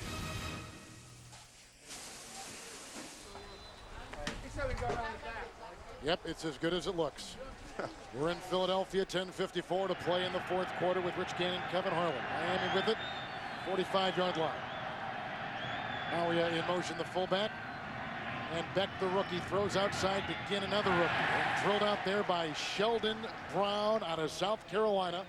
6-year veteran, gain of 3, up to the 47. This has been the last 8 possessions for Miami. Look at all the 3 and outs, and you knew it was going to be a tough day for John Beck, the rookie quarterback, but just 135 yards of offense, and where they've really struggled is third down. They're just 2 of 10. They've missed their last 6 in a row. Beck is 2 out of his last 11. Second down, 7-5 in the secondary. And Beck throws. Oh, what a catch. Brought in at the 34-yard line, Marty Booker. A terrific grab, his first catch today. Covered on the play by both Reed and Dawkins. Booker, formerly with Chicago, came in the Agunlier trade a couple years ago. What a catch. His balls are wobbly sometimes, but he does have the arm strength to pump the ball up the field. You can see spikes, they're out of position. But I think when you're 0-9, you can be more aggressive, particularly on this side of the ball. Take some chances with your young quarterback. Peel, the tight end, in motion. And off to Chapman, and that thing is blown dead in mid-motion. One of the reasons why Miami's in good position. Let's listen to this. False start. Offense. Number 72. 5-yard penalty. Still first down. Left tackle Vernon Carey was the 15-yard unsportsmanlike penalty charge against L.J. Smith, which meant that the kickoff was deep in Philadelphia territory, and this drive began at the 45. And that is huge. And as a former quarterback, you know, you get that kind of position. It makes everything easy when your play calls come in. Yeah, now, not even if Miami doesn't convert here, you still put your offense in bad position. First and 15 with the nickel secondary and 3 receivers deployed. Hagan is the 3rd receiver. Beck, incomplete over Ginn, who is covered by 2-time Pro Bowler Lito Shepherd. Thanksgiving night, feast your eyes on a special survivor. You won't believe what the castaways have to gobble up. But there's a special survivor. China, Thursday, Thanksgiving night. CBS. Have you enjoyed coming back home again, Rich? Oh, this has been great. You know, I'm looking at, not to jump off of that subject, but, I want to talk about John that Beck, what I'm seeing from him is he's missing throws, and I think what's happened is the speed of the game. It's different. It's different than preseason. It's different than what they worked on in practice, and that's why he's late with some throws. 2nd and 15. Hagan the third. Nichols secondary. Beck gets a block from Chapman. Throws outside to Peel. Ginn with the block. They get by Shepard. Look at Justin Peel. Rumble inside the 20-yard line to the 17. A catch and run of 22. And the tackle was eventually made by Gaither, the leading tackler for the Philadelphia defense. And this has happened a couple times. We've seen it on tape. When Philadelphia has brought pressure, they've been victimized on the back end. 17-yard line, 1st and 10. Still the nickel, still the 3 receivers. Chapman breaks a tackle and keeps it moving. Look at him drive inside the 5 and down to the 2. Brought down by Hansen. 17-yard gain. 1st and goal, Miami. Well, he's a difficult back to bring down in the open field. Jim Johnson said they had 20 cut-ups of him breaking tackles. He showed it to the linebackers and the safeties to let them know what kind of back they were dealing with. Chapman has 85 yards today. And a timeout taken by Philadelphia. That's right, catch your breath, because Cameron's offense is moving on Reed's defense in 8:17 in the 4th. The Kings break line. Well orchestrated drive by the Miami Dolphins. A 19-yard catch by Booker. A 22-yard catch and run by the tight end Peel. A 17-yard run by Chapman. It's down to the 1 where it is goal to go. 1st and goal for the Miami Dolphins. They brought in their heavy personnel, Miami. Juan Ramsey is coming on that defensive line for Philadelphia. Tight ends are in there for the... Oh, you see Philly trying to bring people on the field. Leckerkirker has been an extra tackle eligible on the left side. 1st and goal. Chapman down. And Gaither in there. And also a stop by Trent Cole. No gain. In fact, they may have even lost a half yard near the 2. So let's try to get the personnel up there. Leckerkirker is a tackle eligible, number 71 on the left side. He'll stay in the game. And boys, sometimes when you bring in that heavy personnel, the extra linemen, that is a good opportunity to throw the football. If you're going to throw it, here's the down right here on 2nd down. Don't wait until 3rd down. Philadelphia only has 3 defensive backs. 2nd down and goal at the 2. Here comes the throw right here. Mauia is the only back. The fake, he offers the block to the end zone and broken up by Takeo Spikes. Intended for the tight end, Aaron Holderman. 3rd and goal. What a defensive play by Spikes, a 2-time Pro Bowler out of Auburn. I'll tell you what, that would have been a great catch. That was a tough catch. Watch the ball sail a little bit, and Takeo Spikes does a nice job stripping it at the end. As a quarterback, what are you thinking when you've got this kind of position? You're so close. Well, I'll tell you what, he's being evaluated. We're looking at John Beck. How does he handle the situation? How does he handle the crowd noise? How does he handle a veteran huddle? Couple tight ends. 3rd and goal at the 2. Chapman in the backfield. Mauia, the fullback in motion. Chapman, ahead, not blocked. A tackle by Spikes. A gain of 1 to the 1. It's 4th down and goal. And they're going to go for it. They have to go for it. You need 2 scores. You have a team that struggled. Cam Cameron has hung in there. He's believed in this group.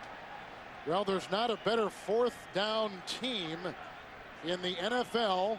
9 for 11, and here come the receivers in there. That means a couple of defensive backs will come off the sideline, because on that series, they're playing defensively with only 3. And they got to hustle now. They're down inside 10 seconds, and there's some confusion. You can see John Beck, this is a good time for a timeout.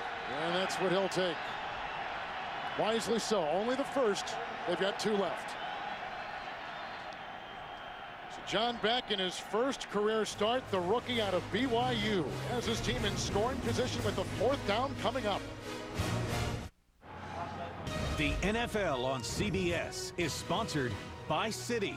Whatever your story is, your Citi card can help you write it. Citi, let's get it done. And by Sprint, proud sponsors and avid fans of the NFL. 3 receivers, 5 defensive backs. Why go for this when you can get 3 and you got to get a field goal somewhere in here? Well, I think they feel they probably might not get the other opportunity. Plus, they're heading into the win. What would you call here on 4th and goal? Move the quarterback. Oh, back to Chapman. Oh, the beat on it. Jaquay Thomas with a sensational read and subsequent tackle. A loss of 12, and on downs, it goes back to Philadelphia. They had a goal line stand last week in Washington against the Redskins, which was huge. They've had another one in back-to-back weeks. Boy, I question this call. They don't even block the end man on the line of scrimmage. You're just trying to fool them with the action. I'll tell you, why not call a play where you have some other options? And that's a great job by Jaquay Thomas. He's too athletic of a defensive end to think that you could beat him in space. So they wipe out, which were great catches by Booker, Peel, and a run by Chapman. They had it 1st and goal at the 1. They could not convert on downs, 14-yard line, 1st and 10. 2 tight ends. Westbrook brought down by Pope and by Holiday. It's a gain of 3 on the play, and he's up to the 17-yard line. Good day for Westbrook. On the ground, 138. Get a head start on your holiday shopping. Details on officially licensed NFL team apparel and collectibles at the CBS Sports Store. Click on shop at cbssports.com. You feel for Cam Cameron, and there's such a fine line between winning and losing in the NFL. They are close, but it's plays like that that are costing them football games and opportunities to win. Buckholder is in. He had an 8-yard touchdown run earlier in the game. Westbrook is out, 2nd down and 7. By Reggie Brown. Grabbed by Worrell. Out to the 25. Gain of 8. 1st down. You look at they're 0-9. You say, well, what have they done? Well, what they haven't done is they haven't gotten it together in all 3 phases of the game at the same time. Last week versus Buffalo, they held the ball offensively 21 minutes in the 1st half and yet only had 3 points. Defensively, they held the Bills scoreless in the 1st half. In the 2nd half, they couldn't stop the run. And in special teams, they get 2 big returns called back with penalties. So they're killing themselves with mistakes, with missed assignments, with false starts. They have to clean that stuff up. Westbrook is back in, 25, 1st and 10. To pay a block. Tackle made on Westbrook by Will Allen, 31-yard line. And a gain of 6. Question of the week. As we talk about these 2 teams and others, which will happen first? The Patriots with a loss or the Dolphins getting a win? I thought the Dolphins might get it done today, particularly when you look at that 1st half, but I think the Dolphins will win first. I think they're getting close. They've lost their last 2 games, 13-10. In fact, 5 of their 9 losses this year have been exactly by 3 points. They just have to take care of the small details to give themselves a chance to win. Avant is the 3rd receiver, 5 in the secondary. Avant caught a touchdown pass last drive, 2nd down and 4. L.J. Smith upended by Jason Allen, who's got a couple of interceptions today. That is a gain of 2, and he is up to the 34-yard line. And it doesn't get any easier. They have to go on the road next week at Pittsburgh, the Jets, Buffalo, and I think the concern with John Beck was, will he be able to survive these first 2 starts? I mean, you got Jim Johnson today on the road, a great defensive coordinator, and then next week he'll have to go into Pittsburgh against Dick LeBeau and all those 34 pressures that he wants to bring. No changes. The 3rd receiver, Avant. There's a nickel secondary, and it's 3rd and 1. Westbrook, there's a block by Runyon and a tackle made by Joey Porter. Close to a 1st down, about a yard on the game. Let's see where they spot it. Yeah, they got the 1st down. It was just enough, 36. Dolphins this season, the worst 4th quarter. The Dolphins, hold on here. I got 18 things coming at me. Let's take a look at the Patriots' schedule. I'll tell you what, when you look at the New England Patriots, you think that in this day and age, it'd be very difficult for a team to run the table. However, that being said, the New England Patriots have as much balance and symmetry on both sides of the ball, offensively and defensively. The job Tom Brady's doing, and that defense, I wouldn't count them out. Fafita on the defensive line, the only change, 1st and 10, Westbrook. Fafita trips him up. Brought down in the secondary by Worrell. It's a gain of 3 to the 38. Timeouts now. Miami's got 2, Philadelphia's got 1, and a timeout has been taken by Miami. So they now have a single timeout remaining. Philadelphia trying to win a second consecutive game for the first time all season, and Philadelphia is trying to get to 500 for the, which is hard to believe, trying to get to 500 for the first time this year if they win today. Thanksgiving Day, a holiday tradition, continues as the Jets travel to Dallas to take on the Cowboys. It all starts with JB and the crew on a special edition of the NFL Today. Well, Kevin, as you were saying about the Eagles, I think they had an impressive win last week. Their first divisional win on the road. And then, you know, they head into the fourth quarter. It didn't look good for them. They didn't panic. And now they come back here today. They got off to a poor start, but they've hung in there and they've battled. And now what you really find out about your team is, as you head into November and December, are they a playoff team? Can they make that stretch? Can they begin to get things together in all 3 phases of the game? Trailer back on that defensive line for Miami on this 2nd down and 7. There's a tackle by Wright. It went to Westbrook. The loss is a yard. It's back to the 38. Well, the timeout. We normally don't give out game balls, but I'll tell you what, the job that right tackle John Runyon and left tackle William Thomas have done today has been impressive. I've watched them. They've been stellar against the run, and they do a great job in pass protection. They both have long arms.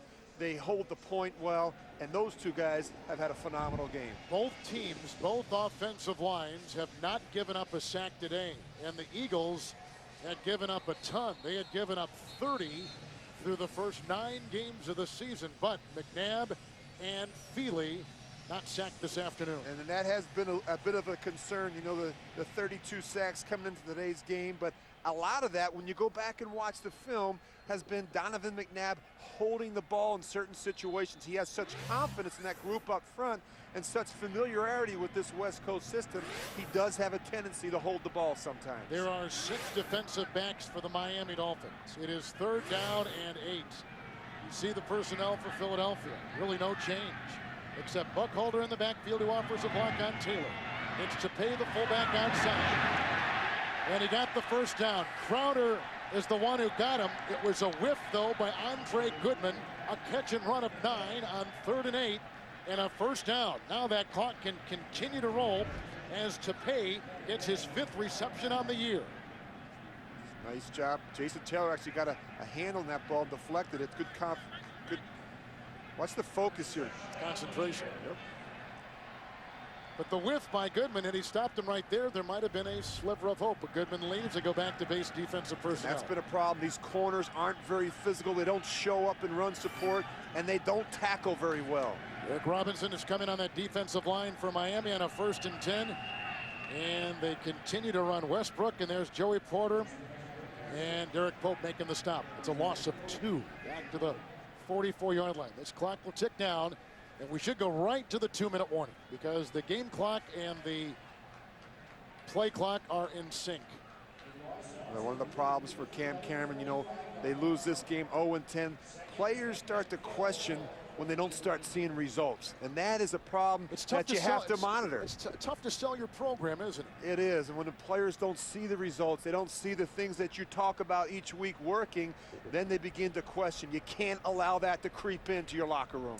2-minute warning, 10-point lead by Philadelphia. They scored 17 unanswered points on Miami.